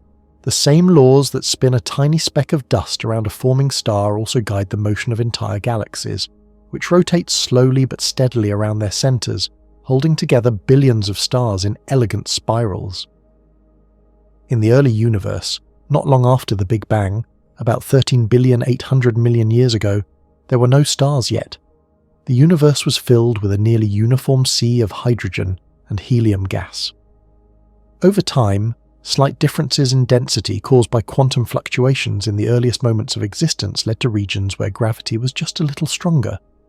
These regions began to attract more gas, slowly building the first giant clouds. As they collapsed, the same laws of motion took over. Each cloud had a tiny amount of spin, perhaps caused by the random movement of particles or the gravitational pull from nearby regions. As these clouds shrank, their spins increased, forming the very first rotating stars and disks. In this way, rotation has been a part of the universe's story from its earliest days. The faster a cloud spins, the more complicated its collapse becomes. If it spins too fast, gravity can no longer pull everything straight to the center. Instead, the cloud may split into smaller parts, each one forming its own star. This is how binary stars and multiple star systems come into being. Instead of one single star, you can get two or more orbiting around each other, bound together by gravity but separated by their own spinning motion. Most of the stars in our galaxy, the Milky Way, are part of such systems. Rotation, therefore, not only determines how individual stars form, but also influences how they are arranged in space. Within these rotating systems, interesting interactions occur. As the central protostar grows, it sometimes sends out powerful jets of gas along its poles, streams of material that shoot out at high speeds into space. These jets are thought to be caused by the twisting of magnetic fields within the rotating disk. The magnetic fields act like channels, directing some of the falling material outward instead of letting it all crash into the star. These jets help regulate the growth of the young star, preventing it from gaining too much mass too quickly. The rotation of the disk and the presence of these jets are closely connected. Without the spin, the jets would not form in the same way. Inside the disk itself, countless collisions and interactions take place. The rotation keeps everything moving in an orderly fashion, but the gravitational pull between particles causes them to slowly drift together. This slow gathering is how planets begin to form.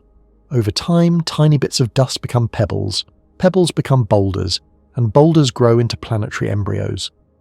These growing bodies sweep up material from their surroundings as they orbit, carving out clear paths within the disk. The process can take millions of years, but it all begins with the simple fact that the disk is spinning. Without rotation, the material would fall straight inward, leaving no opportunity for planets to form. The presence of rotation also affects the shape and behavior of the newborn star itself. As the star spins, its equator bulges slightly outward due to the centrifugal force. This means that most stars, including the Sun, are not perfect spheres. They are slightly flattened at the poles and wider at the equator. Some stars spin so fast that they become visibly distorted, taking on a more oval shape. Their rapid rotation can also influence their internal structure and the way they generate magnetic fields, which in turn affects the activity on their surfaces, such as sunspots and flares. As the star matures, it often loses some of its original spin through interactions with its magnetic field and the surrounding disk. The magnetic field acts like a brake, transferring some of the star's angular momentum to the disk, which then carries it away. This process slows the star's rotation over time. The Sun, for example, rotates once every 25 days at its equator today, much slower than when it was young. But even though it has lost much of its early spin, that ancient rotation continues to shape the orbits of all the planets that formed from its disk billions of years ago. If one could observe this entire process unfold in real time, it would be a breathtaking sight. A once dark and silent region of space would gradually brighten as the collapsing cloud heated up. Filaments of gas would twist and spiral inward, forming a glowing whirlpool around a central core. As the spin increased, the surrounding disk would begin to shimmer in infrared light, marking the presence of dust warmed by the young star. Outflows of gas would burst outward along the poles, carving twin cavities through the cloud. Over hundreds of thousands of years, the light from the growing star would finally pierce through the remaining dust, revealing a new sun surrounded by the beginnings of a planetary system. Rotation, in this sense, acts as nature's tool for organizing chaos. What starts as a random, shapeless cloud becomes a structured and balanced system, all because of the way motion behaves under gravity. The conservation of angular momentum ensures that the spin cannot simply vanish. It must go somewhere, and it does, into the spinning of stars, the orbits of planets, and the grand rotation of galaxies. Every level of the cosmos, from the tiniest particle to the largest cluster of galaxies, follows the same fundamental principle. The universe is, in a very real sense, built upon spin. Even black holes, the densest and most extreme objects in existence, carry spin. When massive stars reach the end of their lives and collapse under their own gravity, the rotation they had is not lost. Instead, it is conserved, causing the resulting black hole to spin at incredible speeds. This spin affects everything around it, dragging space itself in a phenomenon known as frame dragging. Thus, the rotation that began in a collapsing gas cloud billions of years earlier continues to influence the cosmos in profound ways, long after the original star has disappeared.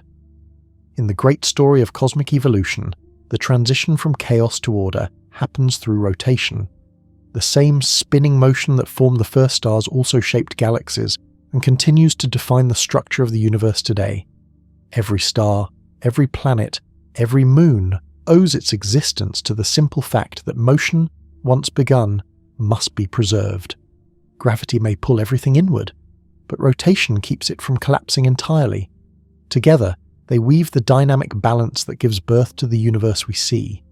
From the cold, dark clouds that once drifted silently between the stars to the radiant suns that now fill the night sky, rotation has been the quiet, persistent rhythm guiding creation. It turns randomness into pattern, formlessness into beauty, and chaos into structure.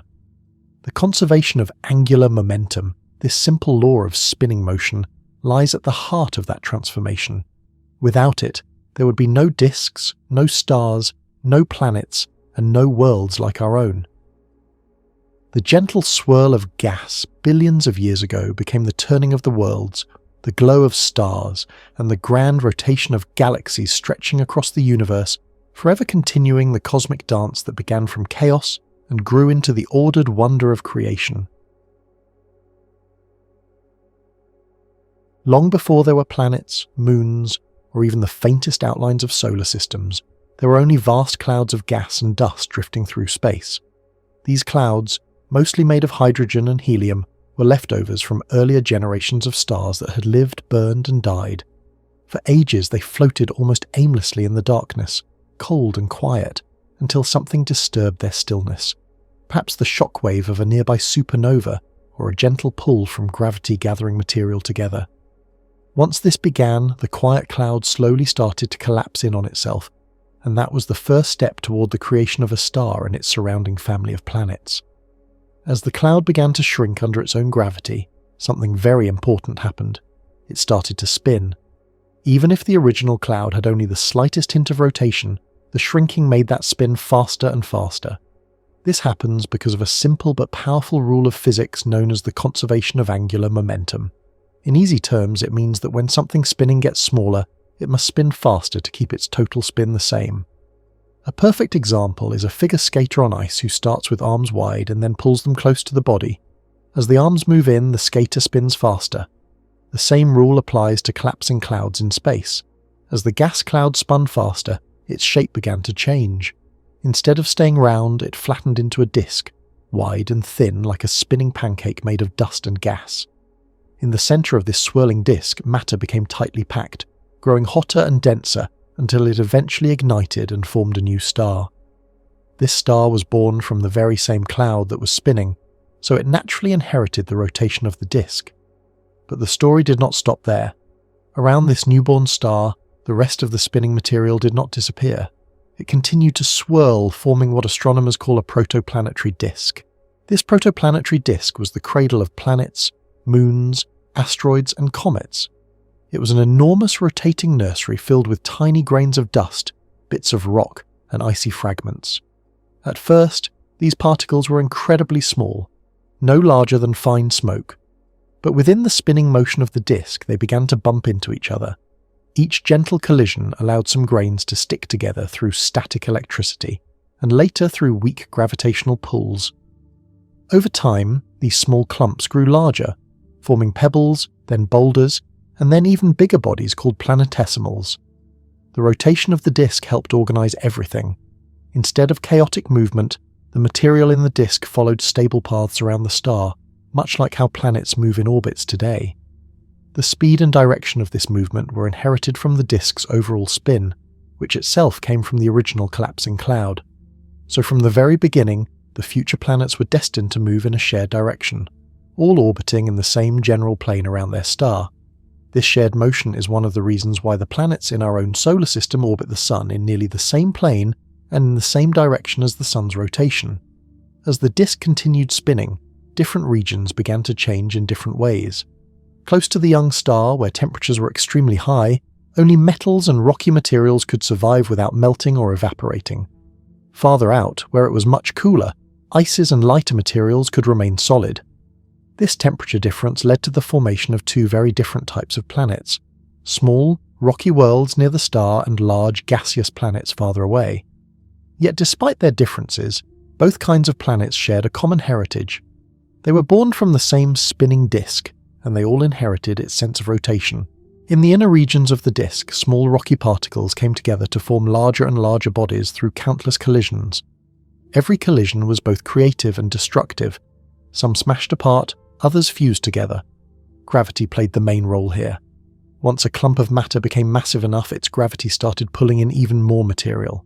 Slowly, these growing bodies cleared their surroundings, attracting dust, rocks, and smaller planetesimals. These were the early stages of what would become planets like Earth, Venus, and Mars. Farther out in the disk, where icy materials were more common, the building blocks of the giant planets were forming.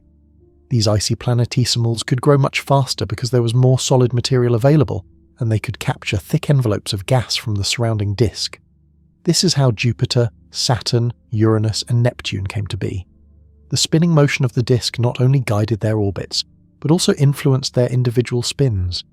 Each planet that formed from the swirling material carried within it a small portion of the original angular momentum of the disk, much like a drop of water that retains the swirl of the river it came from. The spin of a planet, its rotation on its own axis, was largely shaped by the way material fell onto it during its formation. When smaller objects collided with a growing planet, they could speed up or slow down its spin or even tilt its axis. Over time, the balance of all these impacts determined how fast the planet would rotate and in what direction. Yet, despite the differences in each planet's final rotation speed, the general pattern of spinning in the same direction as the original disk was preserved. The leftover gas and dust that did not become part of the planets either fell into the star or was blown away by powerful stellar winds and radiation. What remained was a clean, ordered system, a shining star at the center, surrounded by planets, moons, and smaller bodies, all moving in harmony according to the ancient spin of the protoplanetary disk. Even today, billions of years after our solar system formed, that original motion still defines its structure.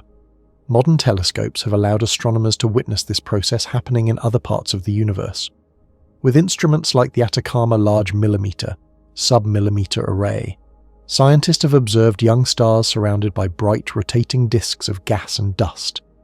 These disks often show dark gaps and rings, the signatures of newborn planets forming and clearing paths through the material.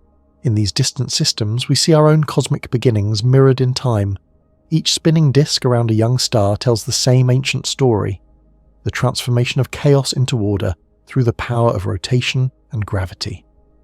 The process that leads from a collapsing gas cloud to a fully formed planetary system is long and delicate, often taking millions of years. During that time, the star at the center matures, growing brighter and more stable. The disk gradually thins as material is used up or expelled.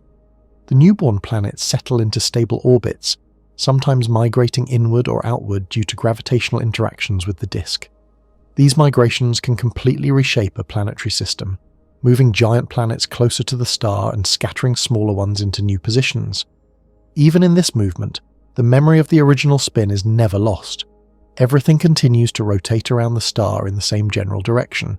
Each planet's individual rotation, his day and night cycle, also connects to this larger history. When planets form from swirling material, they naturally tend to spin in the same direction as their orbit around the star. That is why most planets in our solar system rotate in the same direction as they revolve around the Sun. Only a few, like Venus and Uranus, ended up rotating differently, likely because of enormous collisions during their formation.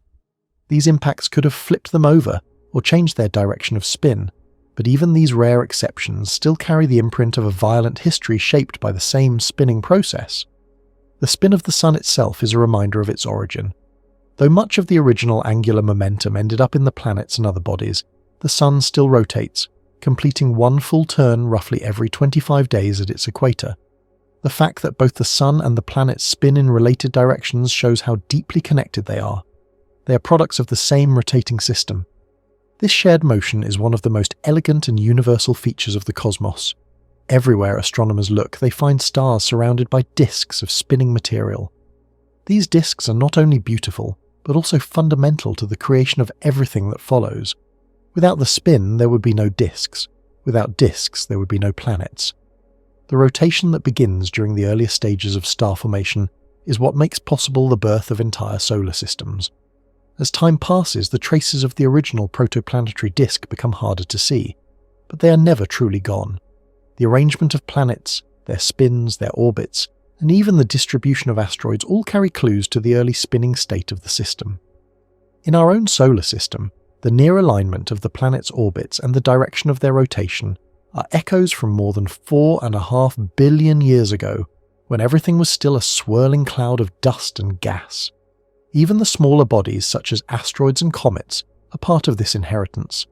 They formed from leftover material in the disk that never became planets, yet they still follow the same rotational patterns and orbits dictated by the original spin. Their icy or rocky surfaces preserve the early chemistry of the solar system, while their motion preserves its earliest dynamics. Rotation does not only shape the birth of planets, it also continues to influence their evolution long after they form. The spinning of a planet affects its weather, its magnetic field, and even its ability to support life. For example, Earth's rotation gives us day and night and helps drive our winds and ocean currents. Its steady spin also contributes to the stability of its magnetic field, which protects the planet from harmful radiation. All these complex features trace back, in a distant and poetic way, to the spinning disk of dust and gas that existed before Earth even came into being. The process of planetary birth is not peaceful. It involves collisions, shocks, heat, and violent rearrangements of material. Yet, through all of that chaos, the overall rotation brings order. It ensures that the planets eventually settle into predictable paths around their star, turning a turbulent disk into a balanced system. The very same principle that makes a skater spin faster or a collapsing cloud flatten into a disk acts across cosmic scales, transforming scattered particles into structured worlds. Even after billions of years, the legacy of that spin remains visible in everything we see in the heavens. Every planet, moon, and asteroid is a small reminder that the universe itself moves according to rhythms that began long ago. The story of spinning disks and planet formation is not just about physics. It is about how motion shapes the very structure of the cosmos. In the vastness of the Milky Way, there are countless stars with disks still in the process of forming planets. Some of these stars are only a few million years old, and their disks glow with the warmth of new beginnings. Within them, particles are colliding and merging, repeating the ancient process that once shaped our own world. The same forces that governed the formation of Earth are still at work, spinning and shaping new systems that may one day harbour their own forms of life. The connection between a star's spin and the motion of its planets is one of the most fascinating aspects of astronomy. It shows how deeply linked all things are, how the birth of a star automatically gives rise to the framework within which planets will move. Every new star born in a spinning cloud carries within it the blueprint of a future solar system. The protoplanetary disk is not just a byproduct, it is an essential stage in the creation of order from chaos. The delicate balance of gravity and rotation is what allows the process to unfold. Gravity pulls material inward, trying to make everything collapse into the center, while rotation resists this pull, spreading material outward into a thin disk. This tension creates the perfect conditions for the slow gathering of solid matter into planets. Without rotation, the cloud would simply fall straight into the star, and there would be no chance for planets to form. As the disk evolves, it becomes a complex environment filled with both danger and opportunity. Turbulent regions mix materials, while calm zones allow particles to settle and grow. Jets of gas shoot out from the poles of the young star, carrying away some of the angular momentum and preventing the star from spinning too fast. Meanwhile, inside the disk, rings and gaps form, guiding the future planets into their orbits. Every stage of this process depends on rotation, from the initial collapse to the final arrangement of the system. Over time, the spinning disk loses most of its gas, leaving behind solid planets and smaller debris. The planets continue to orbit the star, following the same direction of rotation as their birth disk. Some of them may keep thin atmospheres, others thick ones, depending on their distance from the star and their ability to hold onto gas. Yet all of them remain connected by motion, the same motion that began in a simple rotating cloud billions of years earlier. Even galaxies follow similar patterns on much larger scales. Just as a small cloud of gas spins and forms planets, entire galaxies spin and form stars. The same cosmic principle that governs the birth of planets also shapes the largest structures in the universe. It is a repeating pattern, written across every level of creation, showing that rotation is one of the universe's most fundamental behaviors. The story of spinning disks of dust is the story of how the universe turns emptiness into form.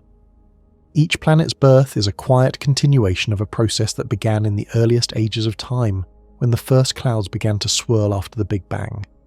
The spinning motion that gave rise to our Sun and Earth is not unique.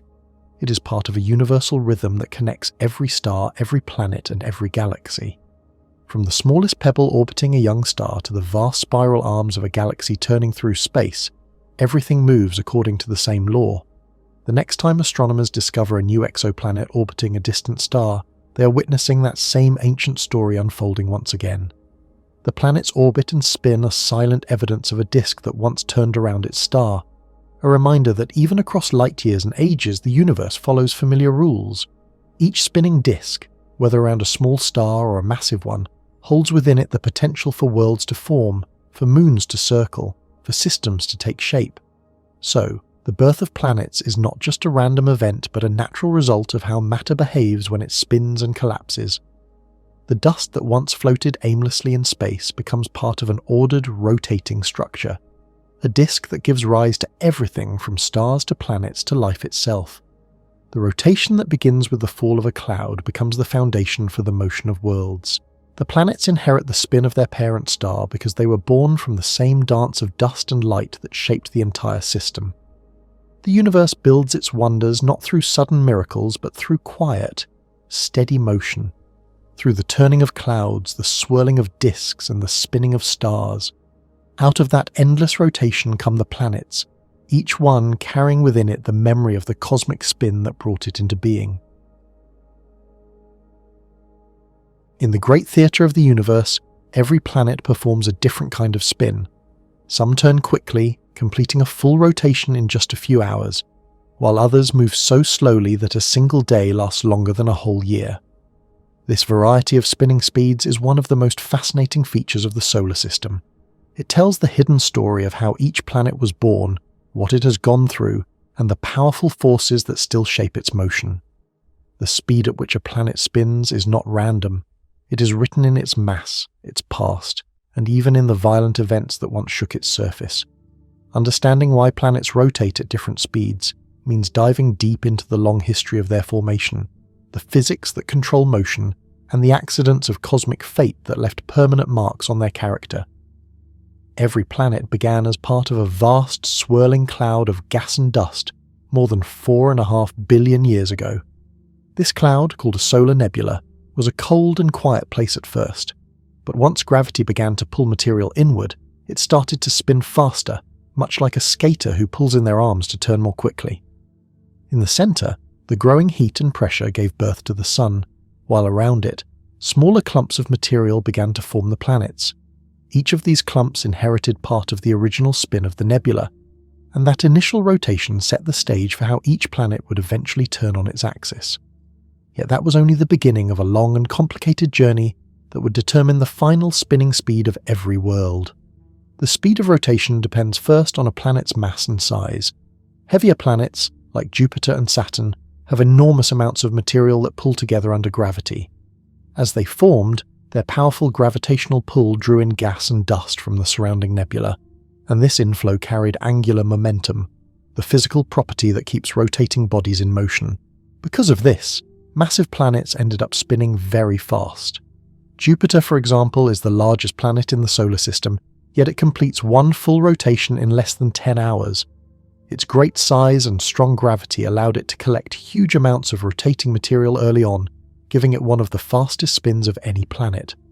Saturn, slightly smaller, spins almost as quickly, taking a little more than 10 hours to complete one turn. Their great mass acts like a storehouse of rotational energy, making it hard for anything to slow them down. On the other hand, smaller rocky planets like Mercury and Venus rotate much more slowly. Their limited mass means they collected less angular momentum during formation, and their weaker gravity could not hold on to as much spinning gas or dust. Over billions of years, other forces acted to slow them down even more. Mercury, the closest planet to the Sun, spins very slowly, taking about 59 Earth days to complete one rotation. This slow movement is partly due to the Sun's powerful gravity, which created a kind of tidal lock that keeps Mercury rotating in a pattern tied to its orbit. Venus spins even more strangely.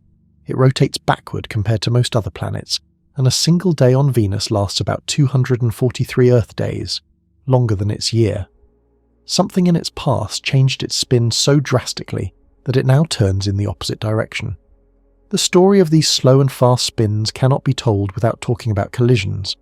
In the early solar system, space was full of leftover debris, countless rocks, icy fragments, and young planetary bodies, all moving at different speeds and directions. These objects often crashed into one another, sometimes merging, sometimes breaking apart. When a massive collision occurred, it could completely change how a planet spun. A glancing impact could tilt a planet's axis, speed it up, or slow it down depending on the angle and the size of the colliding object. It is believed that Earth itself owes its current rotation speed and tilt to such an event. Long ago, when Earth was still forming, a Mars-sized body, often called Theia, collided with it. The impact released unimaginable energy, melting much of Earth's surface and throwing out debris that later gathered to form the Moon. The crash also helped shape Earth's rotation, giving it the spin that defines our 24-hour day. Without that ancient collision, the length of our days and nights might have been very different. Similarly, Uranus, one of the distant ice giants, has an extreme tilt of about 98 degrees, meaning it essentially rolls around the Sun on its side. Scientists believe this odd orientation was caused by one or more massive impacts early in its history that not only changed its tilt but also affected how fast it spins. Neptune, another ice giant, rotates rapidly, completing a day in about 16 hours, suggesting that it too experienced collisions that added to its spin rather than slowing it down. Collisions were not the only forces that changed the spin of planets. The gravitational pull between a planet and its moons or the Sun can also alter its rotation over long periods. This process is called tidal interaction. When one body exerts a gravitational force on another, it can stretch it slightly, creating tides not only in oceans but also in the planet's solid crust. These tides act like brakes, slowly converting rotational energy into heat. Over billions of years, this can significantly slow a planet's spin. Earth experiences this effect too. The Moon's pull is gradually slowing Earth's rotation by a fraction of a second every century. In the far future, if this continues, Earth's day will become slightly longer. For Mercury and Venus, tidal forces played a much bigger role. Mercury is caught in a special kind of resonance with the Sun. It rotates 3 times for every 2 orbits it completes. This strange rhythm keeps one side of Mercury facing the Sun for long periods, making its surface temperature vary between extreme heat and cold. Venus, on the other hand, seems to have experienced a powerful tidal braking effect from the dense atmosphere that wraps around it. The thick layers of gas on Venus create strong atmospheric tides as the Sun heats them, and these tides gradually slowed the planet's rotation to the crawl we observe today. Planetary rotation also depends on how mass is distributed within the planet. The internal structure, whether it has a dense core, a fluid mantle, or a large atmosphere, can influence how it spins. Gas giants like Jupiter and Saturn have deep layers of fluid hydrogen that can move freely, allowing them to maintain fast spins with different speeds at different latitudes. Their equators rotate faster than their poles, a phenomenon known as differential rotation. This difference is caused by the movement of gases at different depths and by the way heat flows through their enormous atmospheres. In contrast, rocky planets like Earth and Mars are mostly solid, so their entire bodies rotate as one. Mars is a particularly interesting case. It is smaller than Earth but rotates almost as quickly, completing one day in just over 24 hours. Its rotation speed suggests that it kept much of its original angular momentum after formation, and since it has only small moons and no thick atmosphere, little has happened to slow it down. However, the planet's slightly tilted axis causes dramatic seasonal changes and dust storms that can cover the entire surface. This shows how even a stable rotation can lead to complex weather and climate effects when combined with other planetary features. The story of rotation is also tied to the way a planet's atmosphere interacts with its surface. On planets with thick atmospheres, winds, pressure differences and temperature variations can subtly affect the planet's spin over long timescales. The friction between air currents and the surface acts like a gentle but continuous drag. Venus, with its dense atmosphere of carbon dioxide and sulfuric acid clouds, is a good example of how atmospheric pressure and heat can play a part in changing a planet's rotation. Its thick atmosphere rotates faster than the planet itself, a phenomenon called superrotation, and this constant motion may have influenced how the planet's surface turns beneath it. Jupiter's rapid rotation also affects its atmosphere in striking ways. The fast spin creates powerful jet streams that divide its clouds into colourful bands. The difference in speed between the equator and the poles drives massive storms, including the famous Great Red Spot, which has been raging for centuries.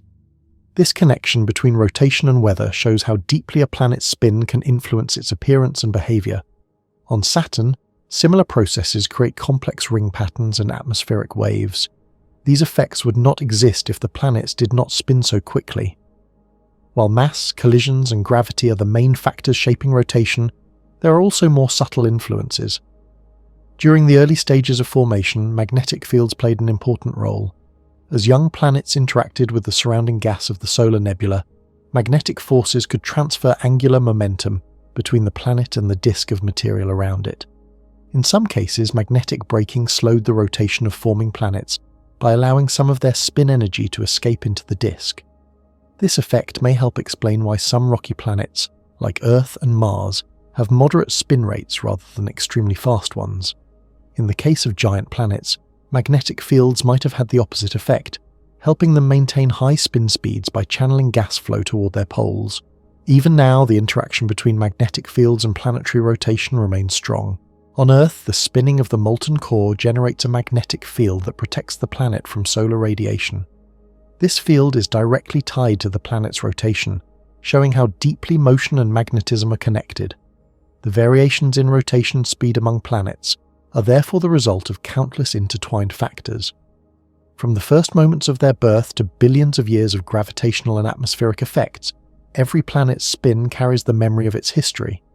The faster spins of gas giants tell of enormous gravitational pull and immense angular momentum, while the slower rotations of small rocky planets reveal the influence of solar tides, dense atmospheres, and ancient impacts. If one compares all the planets in the solar system, the differences become even clearer. Jupiter spins the fastest, completing a rotation in less than half a day. Saturn follows closely behind. Neptune and Uranus also spin quickly, with days lasting about 16 and 17 hours respectively. These outer planets are made mostly of gas and ice, allowing their mass to move freely and maintain speed. In contrast, the inner planets show a wider range of rotations. Earth takes 24 hours, Mars about 24 and a half, Mercury nearly 60 days, and Venus more than 200 days. Each value reflects a different combination of formation history, collisions, and tidal effects. Over time, the balance between these factors can change. Planetary spins are not fixed forever. They evolve slowly as energy is exchanged through tidal interactions, or as the distribution of mass inside the planet shifts. For example, Earth's day lengthens gradually as the Moon's pull continues to affect it. In the distant future, the same process might cause Earth and the Moon to become tidally locked, always showing the same faces to each other, just as the Moon does today. Some scientists have even suggested that planetary rotation could affect the likelihood of life developing on a world. A planet that spins too slowly might have extreme temperature differences between its day and night sides, making it difficult for life to survive. A planet that spins too fast might have violent weather and unstable conditions. Earth's moderate rotation speed helps maintain a balance between these extremes, spreading heat more evenly and supporting a stable climate. In this way, the speed of a planet's spin is not just a mechanical detail. It is part of what makes a planet habitable or hostile. The way planets rotate also provides clues about their internal structure. By measuring small changes in the rate of rotation, scientists can learn about what lies beneath a planet's surface. For instance, slight variations in how Earth spins from year to year can reveal movements of molten material in its core or shifts in its atmosphere. On gas giants, changes in rotation can show how winds move deep below the clouds. When spacecraft like Voyager, Cassini and Juno measured the rotation of these distant worlds, they discovered that even within the same planet, different layers can rotate at slightly different speeds. This shows that rotation is not a simple or uniform process, but a dynamic and ever-changing one. Even beyond our solar system, the pattern of rotation continues. Astronomers have found exoplanets that spin much faster or slower than any in our neighbourhood. Some of these distant worlds orbit so close to their stars that they are tidally locked, with one side always facing the light and the other side forever in darkness. Others, especially the giant gas planets, spin rapidly like Jupiter, suggesting similar origins and physics. By studying these distant rotations, scientists can test their ideas about how planets form and how spin evolves under different conditions. Rotation also leaves visible marks on planets. It affects their shape, making them bulge slightly at the equator. The faster a planet spins, the more it flattens at the poles. Jupiter's rapid rotation, for example, gives it a noticeably squashed shape, with the equator wider than the distance from pole to pole. Saturn shows an even greater flattening because it is less dense and spins quickly. In contrast, slow rotators like Venus and Mercury are nearly perfect spheres. The difference in shape caused by rotation can be measured precisely, helping scientists confirm how fast each planet spins and how its interior responds to the motion. The uneven speeds of rotation among planets highlight how the universe thrives on diversity. From the restless spin of Jupiter to the lazy turn of Venus, every planet tells a story of how gravity, mass, collisions, and time work together to shape motion. No two planets followed the same path during formation, and no two ended up with the same spin. The way each planet turns is like a fingerprint, unique, unrepeatable, and full of clues about the forces that built it. When one studies planetary rotation, one can see the same physical laws playing out in different ways. The conservation of angular momentum ensures that once something starts spinning, it keeps spinning unless acted upon by outside forces. Yet those outside forces, gravity, impacts, tides, and magnetism, never stop working. Over billions of years, they nudge and twist the motion of every planet, slowly sculpting the rhythm of their days and nights. The moon has always been one of the most mysterious and fascinating sights in the night sky. Its soft silver glow has guided travelers, inspired poets, and served as a silent companion to Earth for billions of years. Yet, no matter how many times one looks up, one thing never changes. We always see the same face of the moon. The craters, the dark patches called Maria, and the familiar shapes never shift. The far side, often wrongly called the dark side, remains hidden from our view, as if the moon has chosen to keep one half of its personality secret. This strange behaviour is not a coincidence, nor is it because the moon does not spin. In fact, it spins at just the right speed to always show one side toward Earth. The reason for this lies in a delicate and powerful cosmic relationship known as tidal locking, a result of the slow but steady tug of gravity between two celestial bodies. To understand this relationship, we must start by remembering that gravity is the invisible force that binds everything in the universe together. Every planet, moon, and star pulls on every other object around it. The bigger the mass, the stronger the pull. Earth, being a massive world, pulls powerfully on the moon, while the moon also pulls back, though less strongly, on Earth. This mutual attraction is what keeps the moon in its orbit instead of drifting away into space. But gravity does more than just hold objects together. It can also stretch, twist, and slow them down. Over long stretches of time, these effects can change the way a moon spins or even stop its rotation from freely turning. That is exactly what happened between Earth and its moon over billions of years. When the moon first formed, roughly 4.5 billion years ago, it was not tidally locked. It spun much faster, showing all its sides as it rotated. The moon is believed to have been created from a colossal collision between the early Earth and a Mars-sized body often called Theia. The impact was so powerful that it threw enormous amounts of molten rock and debris into space, which eventually gathered and cooled into the moon we know today. In those early days, the young moon was much closer to Earth, probably only about 20 to 30,000 kilometers away, much less than its current distance of nearly 384,000 kilometers. Being so close meant the gravitational forces between the two were incredibly strong.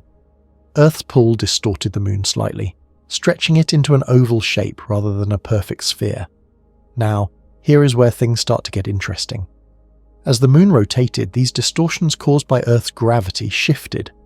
When one of the moon's bulges, its stretched out parts, was not perfectly aligned with Earth, gravity tried to pull it back into alignment. This constant tugging created friction inside the moon, generating heat and slowly draining its rotational energy.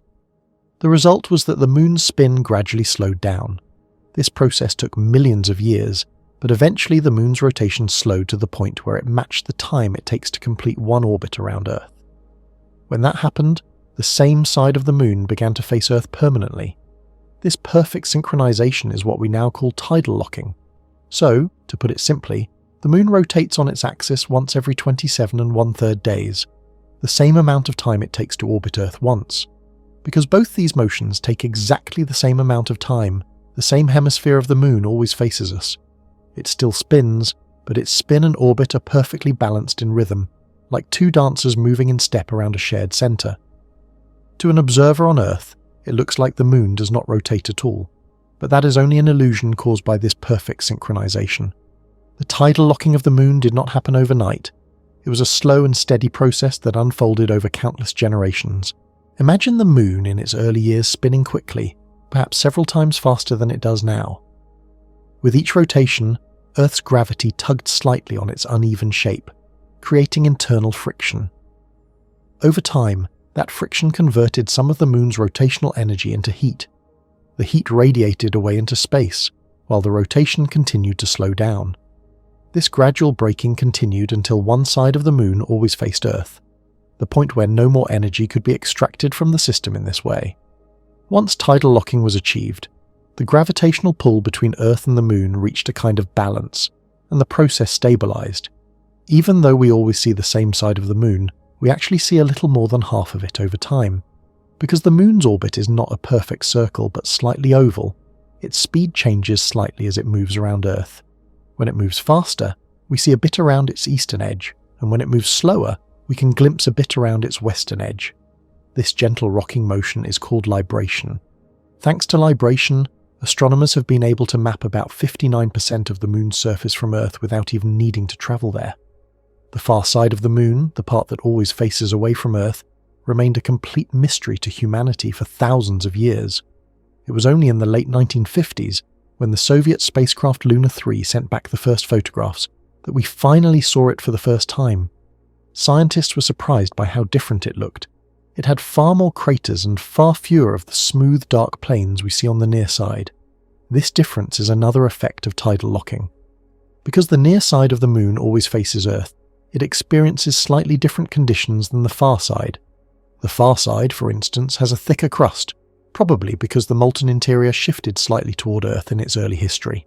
Tidal locking is not unique to the Moon. In fact, it is quite common throughout the universe. Many moons in our solar system are tidally locked to their planets. For example, all 4 of Jupiter's large Galilean moons, Io, Europa, Ganymede and Callisto, are tidally locked to the giant planet. Saturn's moons, including Titan and Rhea, are also tidally locked. Even Pluto and its large moon Charon are mutually locked to each other, meaning both always show the same face to one another as they orbit. This shows that tidal locking is a natural and inevitable outcome of the slow but powerful influence of gravity acting over long periods of time. The same physical process can even affect planets that orbit very close to their stars. For instance, Mercury, the closest planet to the Sun, is not completely tidally locked, but is in what scientists call a 3-to-2 spin-orbit resonance. This means Mercury rotates 3 times for every 2 orbits it makes around the Sun. It is an example of how gravitational interactions can produce various forms of synchronization, depending on distance, mass, and shape. If Earth were much closer to the Sun, it too might eventually become tidally locked, always showing the same side toward our star, resulting in one hemisphere in perpetual daylight and the other in eternal night. For the Moon, being tidally locked has profoundly shaped its destiny. It has created a situation where one hemisphere constantly faces the warmth and light reflected from Earth, while the other remains cut off from direct contact with its parent planet. The near side receives a bit more heat, while the far side endures colder temperatures. This uneven exposure has affected not only the Moon's surface, but also its internal evolution. In its early days, when its crust was still thin and molten rock could rise through it, the near side's proximity to Earth may have allowed more volcanic activity. This is likely why the near side has large dark plains, ancient lava flows that filled giant impact basins, while the far side is far more cratered and rugged. The gravitational pull of the Moon also affects Earth. Just as Earth's gravity shaped the Moon's spin, the Moon's gravity shapes Earth's oceans. The daily rise and fall of tides are the most visible result of this mutual relationship. The Moon pulls on Earth's oceans, drawing water toward it, creating a bulge on the side facing the Moon. A second bulge forms on the opposite side because of inertia. As Earth spins beneath these bulges, we experience high and low tides. But this tidal effect also has a slow, long-term influence on Earth's rotation. The friction caused by ocean tides very gradually slows Earth's spin. As a result, our days are becoming longer, though the change is incredibly tiny, about 1 second every 50,000 years. Because of this same tidal interaction, the Moon is very slowly moving away from Earth. Laser measurements made by astronauts from the Apollo missions show that the Moon is receding at a rate of about 3.5 centimeters per year.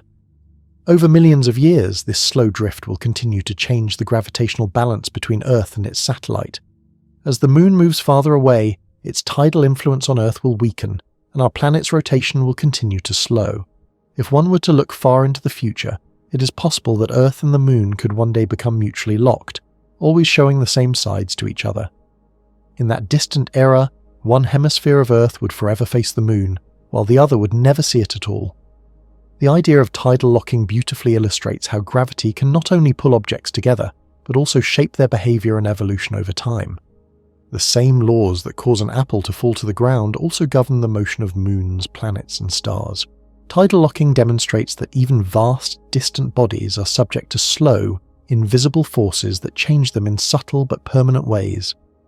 These changes happen so gradually that they are impossible to notice in a human lifetime, yet over billions of years they sculpt the universe into the patterns we observe today. On the surface, tidal locking might seem like a quiet, static condition, one side of the moon always facing Earth, never changing. But deep inside, it represents a story of struggle, balance, and eventual harmony. The moon had to lose much of its original energy to reach this state. Its once rapid spin was gradually tamed by the gentle but unyielding grip of Earth's gravity. That process released enormous amounts of heat, which may have kept the moon's interior molten for longer than it would have otherwise been.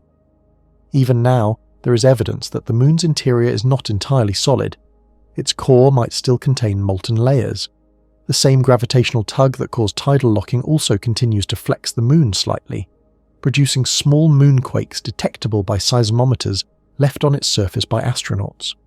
In this way, the relationship between Earth and the moon remains alive, even after billions of years. They influence each other in countless small ways, through tides, rotation, and even through the subtle gravitational pull that shapes their orbits. Each one's behavior cannot be understood without the other.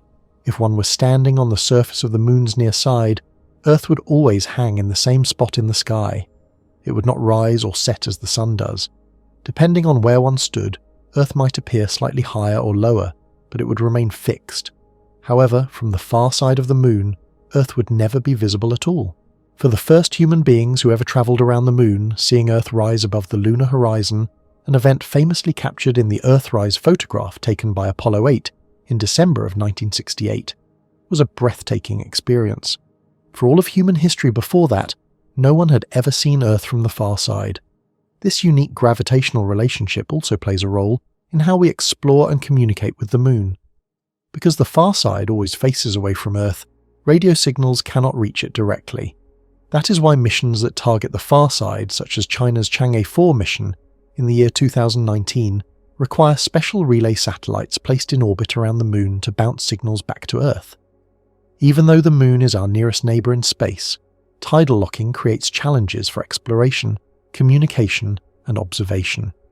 Scientists continue to study tidal locking not just to understand the moon, but to gain insight into the behaviour of other planetary systems.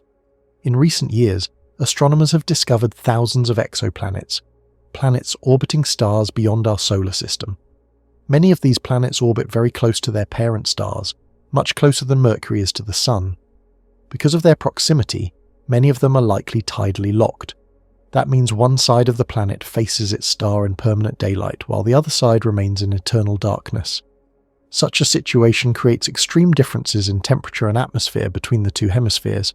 Studying Earth's moon helps scientists predict what conditions might be like on these distant worlds. On some of these exoplanets, the star-facing side might be scorching hot, while the dark side could be frozen. The thin zone between the two sides, the twilight region, might be the only place where life could exist, if at all. Understanding how tidal locking works allows scientists to guess what climates might form, how winds might move, and whether water could remain stable on such worlds. The same physical laws that shape the relationship between Earth and its moon also govern countless other pairs of celestial objects throughout the cosmos. Even though the concept of tidal locking may sound simple, one side always facing another, it hides immense complexity. It depends on many factors, such as the shape of the orbit, the mass of the bodies involved, their internal structure, and how much friction occurs inside them. Some objects lock quickly, within a few million years, while others take billions of years. Small rocky moons, because they are more easily deformed by gravity, tend to lock faster than massive gas planets. Over time, nearly every moon in the solar system either becomes tidally locked or settles into some kind of stable rotational resonance. The moon's example remains the most familiar and the most poetic. For countless generations, people on Earth have gazed up at its same face, sometimes unaware that the far side even existed. Legends and myths were built around the markings of the near side. The so-called man in the moon, the rabbit of East Asian stories, or the smiling face seen by children.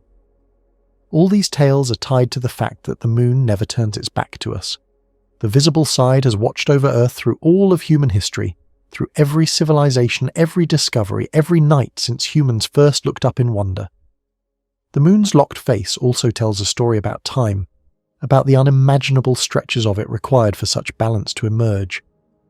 When one thinks of the billions of years that passed as the moon's spin gradually slowed, it becomes clear that the universe operates on a scale beyond our everyday sense of time.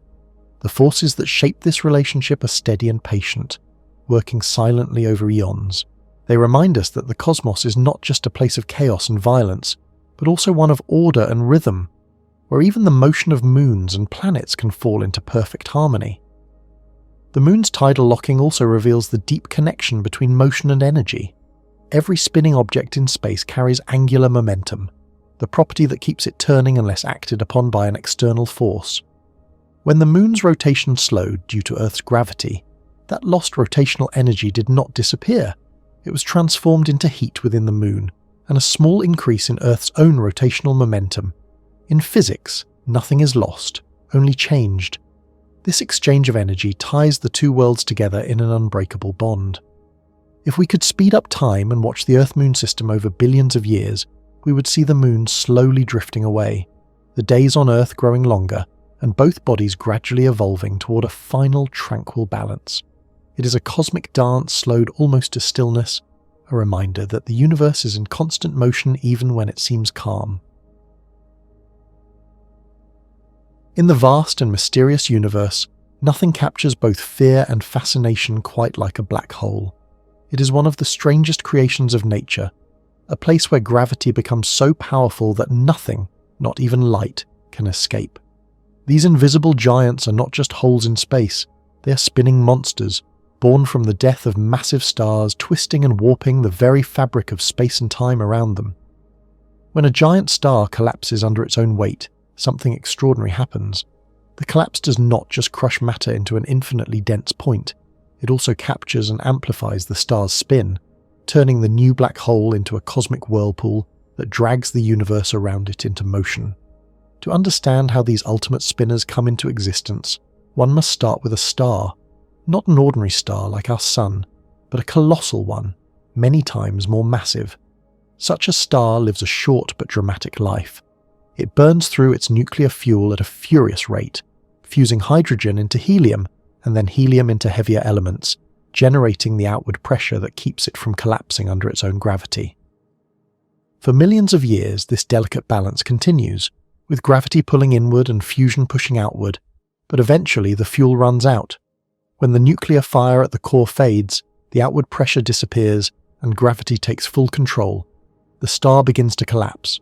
As the star shrinks, its outer layers fall inward at incredible speed. And here, a key physical law comes into play: the conservation of angular momentum. This principle says that if something is spinning and its size decreases, it will spin faster, just like a skater who pulls in their arms during a spin and begins to turn more rapidly. The same happens to the collapsing star. Its rotation speeds up dramatically as it becomes smaller and denser. In only a few moments, a once slowly rotating giant can turn into a rapidly spinning remnant. For less massive stars, this process ends with the creation of a white dwarf or a neutron star. But for stars much heavier than the Sun, usually more than about 3 times the Sun's mass, the collapse continues past any known limit. No force can stop it. The star's core collapses completely and a black hole is born. The newly formed black hole inherits the spin of the star it came from, but because it is now so small, its rotation becomes unimaginably fast. The entire mass of the collapsed star is now compressed into a region smaller than an atom, and its spin becomes so intense that it can twist space and time itself into a swirling pattern. The result is a rotating black hole, known as a Kerr black hole, named after the mathematician Roy Kerr, who in the early 1960s discovered the exact equations describing such a spinning object. A rotating black hole is not just a dark sphere sitting silently in space. It is a dynamic and violent object. The rotation drags the surrounding space-time along with it, a phenomenon known as frame dragging. Imagine space and time as a flexible fabric. When the black hole spins, it does not just spin within that fabric, it twists and stretches it, making everything nearby move in circles. This twisting effect is so powerful that even light itself, which normally travels in straight lines, is forced to follow curved paths around the black hole. Near the spinning black hole lies a mysterious region called the ergosphere, shaped somewhat like a flattened ball surrounding the event horizon, which is the boundary beyond which nothing can escape. Inside the ergosphere, space itself is being dragged around faster than the speed of light can resist. In this strange zone, no object can remain still. Everything must rotate along with the black hole. Even if a spacecraft had infinite energy, it could not remain stationary there. However, because the ergosphere lies outside the event horizon, it is not a place of no return. Matter and energy can still escape from it, and in fact, the ergosphere provides one of the few ways energy can be extracted from a black hole. The idea that a black hole could give up some of its rotational energy might sound impossible, but physics allows it. British physicist Roger Penrose proposed a fascinating process in the early 1970s. According to his theory, if a particle or object enters the ergosphere and splits into two, one piece can fall into the black hole while the other escapes. The escaping piece can carry away more energy than the original particle had, effectively stealing a bit of the black hole's rotational energy. Over time, this process could slow down the spin of the black hole. Later, similar mechanisms were found that could explain some of the most energetic phenomena in the universe, such as the enormous jets of radiation and matter that shoot out from the centers of galaxies at nearly the speed of light. The rotation of black holes is not just a side effect of their formation, it is central to their nature. It affects everything about how they behave and how they interact with their surroundings. When a black hole spins, the material falling toward it does not plunge straight in. Instead, it forms a disk around the black hole called an accretion disk. This disk consists of gas, dust, and sometimes even entire stars that are torn apart by the black hole's gravity. As this material spirals inward, it heats up to millions of degrees, releasing powerful X-rays and visible light. The faster the black hole spins, the closer the inner edge of the disk can get to the event horizon before being swallowed, and the more energy is released in the process. Some of the brightest sources in the universe, quasars and active galactic nuclei, owe their brilliance to this furious dance between spinning black holes and their accretion disks. When astronomers observe the universe with X-ray telescopes, they can sometimes measure how fast a black hole is spinning by studying the radiation from its disk. Some black holes spin slowly, completing only a few rotations per second. Others spin so fast that their outer edges move at nearly the speed of light. For the most extreme cases, the black hole can make several hundred or even 1,000 rotations in a single second. Considering that each rotation involves dragging space and time around with it, the scale of this motion is mind-boggling. In the centers of galaxies, the story becomes even more astonishing. There, supermassive black holes dwell, with masses millions or billions of times greater than the Sun. These giants also spin, and their rotation can influence entire galaxies. The black hole at the center of our own Milky Way, called Sagittarius A star, is relatively quiet, but it too is believed to rotate. In other galaxies, however, supermassive black holes are active, producing gigantic jets of plasma that extend for thousands of light years.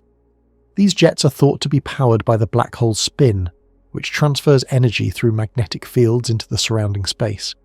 In this way, a single rotating black hole can shape the evolution of an entire galaxy, controlling how stars form and how matter moves on scales almost too vast to imagine.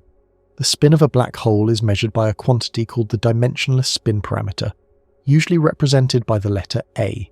It ranges from 0 for a non-spinning black hole to 1 for a black hole spinning at the theoretical maximum rate allowed by the laws of physics. If a black hole were to spin any faster, the event horizon would disappear, exposing the singularity, the infinitely dense point at its center, something forbidden by general relativity. Observations suggest that some black holes in nature come very close to this limit. For instance, the black hole in the X-ray binary system known as GRS 1915+105 appears to spin at more than 99% of the maximum possible speed. That means it completes a rotation in less than a millisecond. Such speed is beyond anything the human mind can truly grasp. What makes these cosmic spinners even more fascinating is that their rotation changes over time. When a black hole swallows gas, stars, or even other black holes, its spin can increase or decrease depending on the direction from which the matter falls in. If the material orbits in the same direction as the spin, it adds to the black hole's angular momentum, making it spin faster. If it comes from the opposite direction, it slows it down. When two black holes merge, a process observed through gravitational waves for the first time in the year 2015, their spins combine in complex ways, producing a new black hole with a new spin. These mergers release enormous bursts of gravitational energy, rippling through the fabric of space-time like waves in water. The patterns of these waves carry information about the spins of the colliding black holes, allowing scientists to study their rotational behavior directly for the first time. The idea that something as abstract as rotation could twist space and time might seem hard to picture, but general relativity, Albert Einstein's great theory, shows it clearly. According to Einstein, gravity is not a force pulling objects together, but a curvature in space-time caused by mass and energy. A black hole represents the most extreme case of this curvature. When it spins, it does not just warp space, it drags it around. This dragging effect extends outward from the event horizon, forming a region where time itself seems to move differently. If an observer could hover near a spinning black hole safely, which of course is impossible, they would see the universe around them distorted in strange ways. Light from stars behind the black hole would bend and twist into glowing rings called Einstein rings, while time near the event horizon would slow to an almost complete stop compared to distant clocks. Even though black holes cannot be seen directly, their spin leaves visible fingerprints in the universe. Astronomers can detect them by the way they affect nearby stars, by the radiation emitted from their accretion disks, or by the jets that shoot out from their poles. One of the greatest achievements of modern astronomy was the image of the black hole in the galaxy M87, released in the year 2019 by the Event Horizon Telescope team. This image, showing a glowing ring surrounding a dark shadow, revealed evidence of rotation. The brightness was uneven, brighter on one side, which indicated that the material on that side was moving toward us at nearly the speed of light due to the black hole's spin. It was the first visual proof that these cosmic whirlpools truly twist the fabric of reality. The spin of black holes also plays a deep role in theoretical physics. It connects to questions about energy, time, and even the fate of information in the universe. Stephen Hawking in the 1970s discovered that black holes are not completely black. They can emit faint radiation, now called Hawking radiation, due to quantum effects near the event horizon. For spinning black holes, this radiation behaves differently. The rotation can amplify certain quantum waves, allowing energy to leak out in a process known as superradiance. This idea has led scientists to explore whether spinning black holes could lose energy over cosmic timescales, eventually slowing down and evaporating entirely. Some researchers have even proposed that the rotation of black holes might reveal new physics beyond Einstein's theory. For instance, if there exist ultralight particles in nature, a possible explanation for dark matter, they could interact with a spinning black hole in special ways, forming a cloud of particles around it that extracts rotational energy. If this happens, the spin of black holes could be used to test for these unknown particles, making them natural laboratories for exploring the deepest mysteries of the cosmos. On smaller scales, the behavior of rotating black holes is mirrored by their smaller cousins, the neutron stars. Though they are not black holes, neutron stars can also spin rapidly, sometimes hundreds of times per second, and emit beams of radio waves as pulsars. In some cases, if a neutron star continues to gain mass, it can collapse into a black hole, carrying its spin into the new form. The transition from a pulsar to a black hole marks the ultimate transformation of spin energy, from a visible, detectable beacon to an invisible, all-consuming rotation hidden behind an event horizon. Black holes are often imagined as devourers, swallowing everything in their path, but their spin adds a subtle twist to this image. Instead of simply consuming matter, they can also shape and control the flow of energy in their surroundings. The magnetic fields around a spinning black hole can connect with the rotating accretion disk, channeling streams of charged particles away from the poles. These jets, which can stretch for hundreds of thousands of light years, are among the most powerful structures in the universe. They shine across cosmic distances, guiding astronomers to the locations of otherwise invisible black holes. In these jets, the rotational energy of the black hole is transformed into motion, light, and heat, a direct demonstration that even the most extreme gravity can give rise to creation as well as destruction. The story of spinning black holes also reaches back to the earliest days of the universe. Astronomers have found supermassive black holes that already existed less than 1 billion years after the Big Bang. The question of how they grew so fast remains one of the great mysteries of modern cosmology. Some scientists believe that their rapid growth was helped by spin.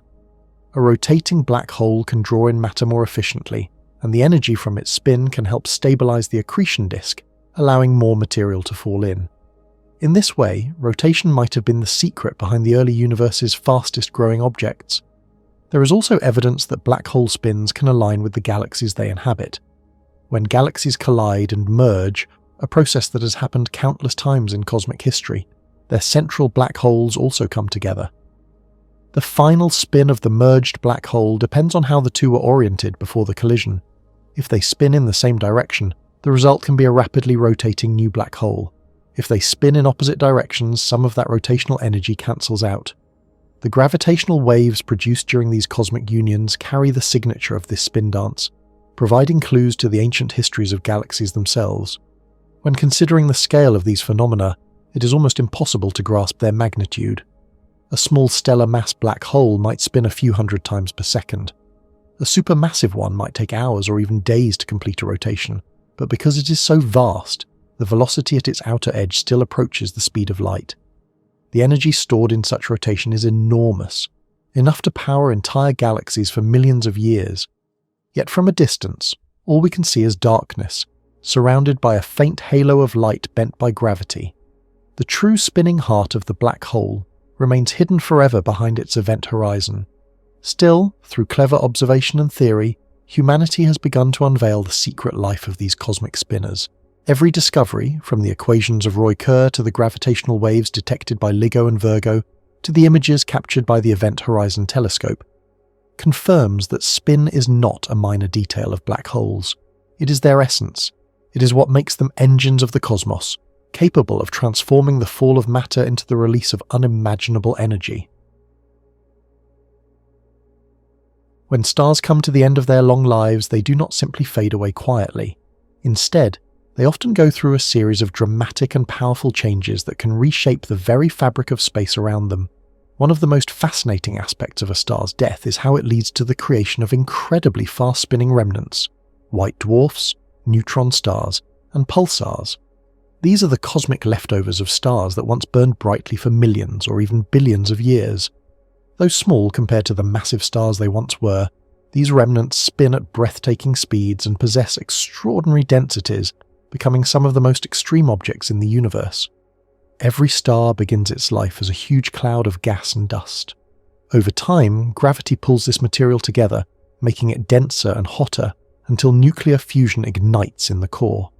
This fusion process releases immense amounts of energy, allowing the star to shine for ages.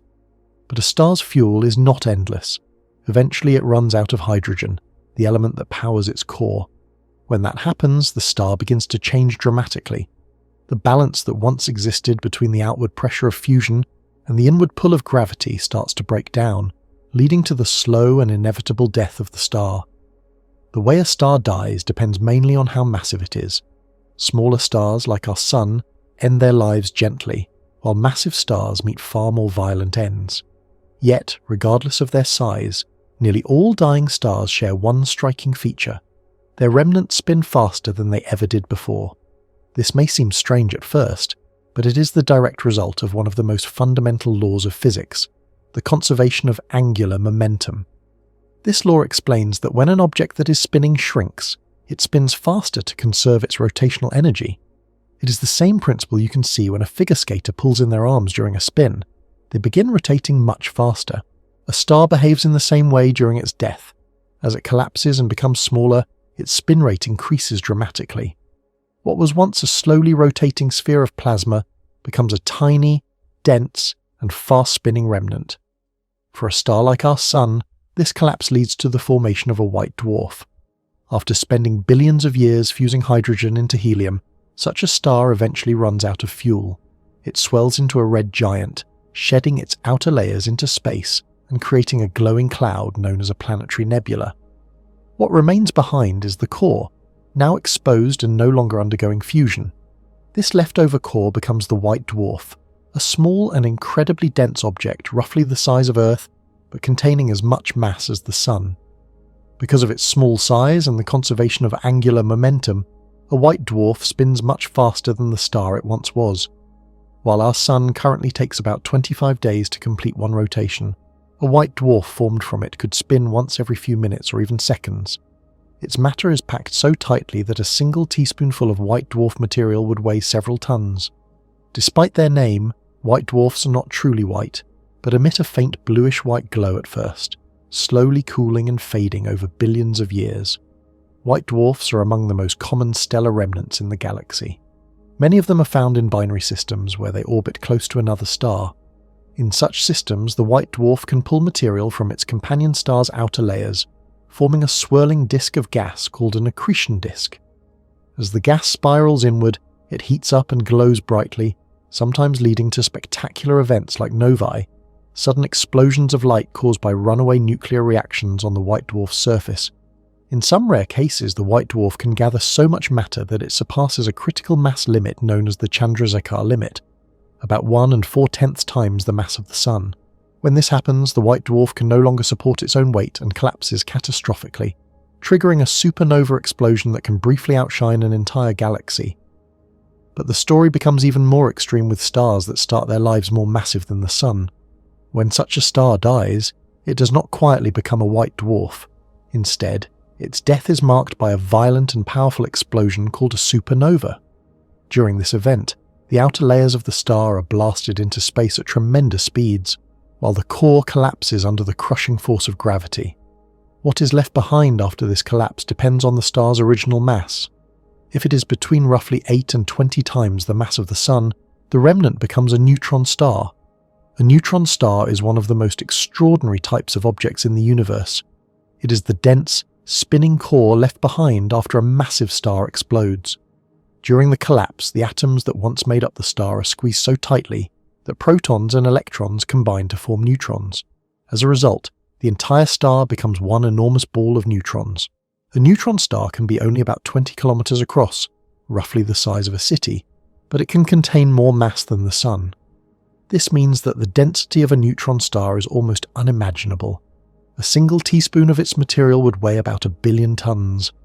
Because the star's core shrinks from a large object into something so small, the conservation of angular momentum causes its rotation to speed up enormously. While the original star may have rotated once every few days, the resulting neutron star can spin several times each second, or even hundreds of times per second. Some neutron stars rotate so quickly that they complete more than 700 rotations every second. These ultra-fast neutron stars are known as pulsars. Pulsars are among the most fascinating remnants in the cosmos. As they spin, they emit powerful beams of radiation, often in the form of radio waves, X-rays, or gamma rays, from their magnetic poles. These beams sweep across space like the beams of a lighthouse. If one of those beams happens to pass across Earth, we detect it as a series of regular pulses of radiation, hence the name pulsar. Each pulse marks a single rotation of the neutron star. Because their pulses are so regular, pulsars are sometimes called the universe's most accurate clocks. The first pulsar was discovered in the year 1967 by a young graduate student named Jocelyn Bell Burnell and her advisor Anthony Hewish. At first, they thought the regular radio pulses they detected might be signals from an intelligent alien civilization, and they jokingly labelled the source LGM, which stood for Little Green Men. However, it soon became clear that they were observing something entirely natural but far more astonishing: a rapidly spinning neutron star emitting beams of radiation as it rotated. Since then, thousands of pulsars have been discovered across the galaxy. Each pulsar is unique, but all share the same basic origin: the spinning death of a massive star. Some pulsars are born spinning extremely fast right after the supernova explosion. Others speed up later in life, especially when they have a companion star. When a neutron star is in a binary system, it can draw in gas from its companion, forming an accretion disk similar to what happens around white dwarfs. As the gas falls onto the neutron star, it transfers angular momentum to it, making the neutron star spin even faster. These rapidly spinning pulsars are known as millisecond pulsars because they rotate hundreds of times per second. The environment around these spinning remnants is full of extreme physical phenomena. The magnetic fields of neutron stars are trillions of times stronger than the Earth's magnetic field. As the neutron star spins, its magnetic field sweeps through space, accelerating charged particles and creating intense radiation. The energy released by a pulsar can be immense, enough to power vast clouds of glowing gas known as pulsar wind nebulae. One of the most famous examples is the Crab Nebula, the remnant of a supernova explosion that occurred in the year 1054. At its center lies a pulsar that spins about 30 times every second, continuously sending out pulses of radiation and energizing the surrounding nebula, making it glow brightly even after nearly 1,000 years. While neutron stars are some of the most compact objects known, they represent only one possible outcome of a star's death. For stars even more massive, more than about 20 times the mass of the Sun, even a neutron star cannot withstand the crushing force of gravity. The collapse continues until the core becomes a black hole, an object so dense that not even light can escape its gravity. Though black holes do not have a solid surface, and therefore cannot be said to spin in the same way as solid bodies, they do possess angular momentum. In fact, many black holes are known to spin at extraordinary rates, dragging the very fabric of space-time around with them. In this way, the legacy of a star's rotation continues even after it has disappeared from view. The process of stellar death is not instantaneous. For some stars, the transformation into a white dwarf takes billions of years, while for others, the collapse into a neutron star or black hole happens in just seconds. Yet in all these cases, the end result is a compact remnant spinning with astonishing speed. The conservation of angular momentum ensures that no motion is ever truly lost. It is merely transformed. A giant star that once rotated lazily in space can, in its death, become a rapidly spinning sphere of degenerate matter, turning hundreds or even thousands of times every second. The study of these spinning remnants has revealed much about the universe's most extreme physics. White dwarfs show how matter behaves when squeezed to densities 1,000,000 times greater than ordinary solids. Neutron stars reveal what happens when matter is compressed beyond the limits of atomic structure, where protons and electrons fuse into neutrons. Pulsars demonstrate the effects of immense magnetic fields and rapid rotation, producing radiation patterns so regular that they rival atomic clocks in precision. Together, these objects form a bridge between ordinary stars and the most exotic objects in the universe. Scientists have developed many ways to study these remnants. White dwarfs can be observed through their faint bluish-white light. They often appear in star clusters or binary systems where their presence can be detected by the way they affect the motion of their companion stars. Neutron stars and pulsars, on the other hand, are usually observed through radio telescopes or space-based X-ray and gamma-ray observatories. Their pulses can be timed with extraordinary accuracy, allowing astronomers to measure their spin rates, study how they slow down over time, and even detect gravitational waves when pulsars are part of binary systems. One of the most fascinating discoveries in recent decades involves pulsar timing arrays, networks of radio telescopes that monitor the signals from dozens of pulsars scattered across the sky. Because pulsars emit such regular signals, even tiny changes in the timing of their pulses can reveal distortions in space-time caused by passing gravitational waves. This technique has become an important tool in the search for ripples in the universe, created by the mergers of supermassive black holes in distant galaxies. The incredible spin of stellar remnants also influences their surroundings in remarkable ways. For example, a rapidly rotating neutron star can act like a cosmic dynamo, generating powerful magnetic fields that can accelerate particles to near the speed of light. In some systems, this process creates jets of matter that shoot out from the poles of the neutron star, extending for thousands of kilometers into space.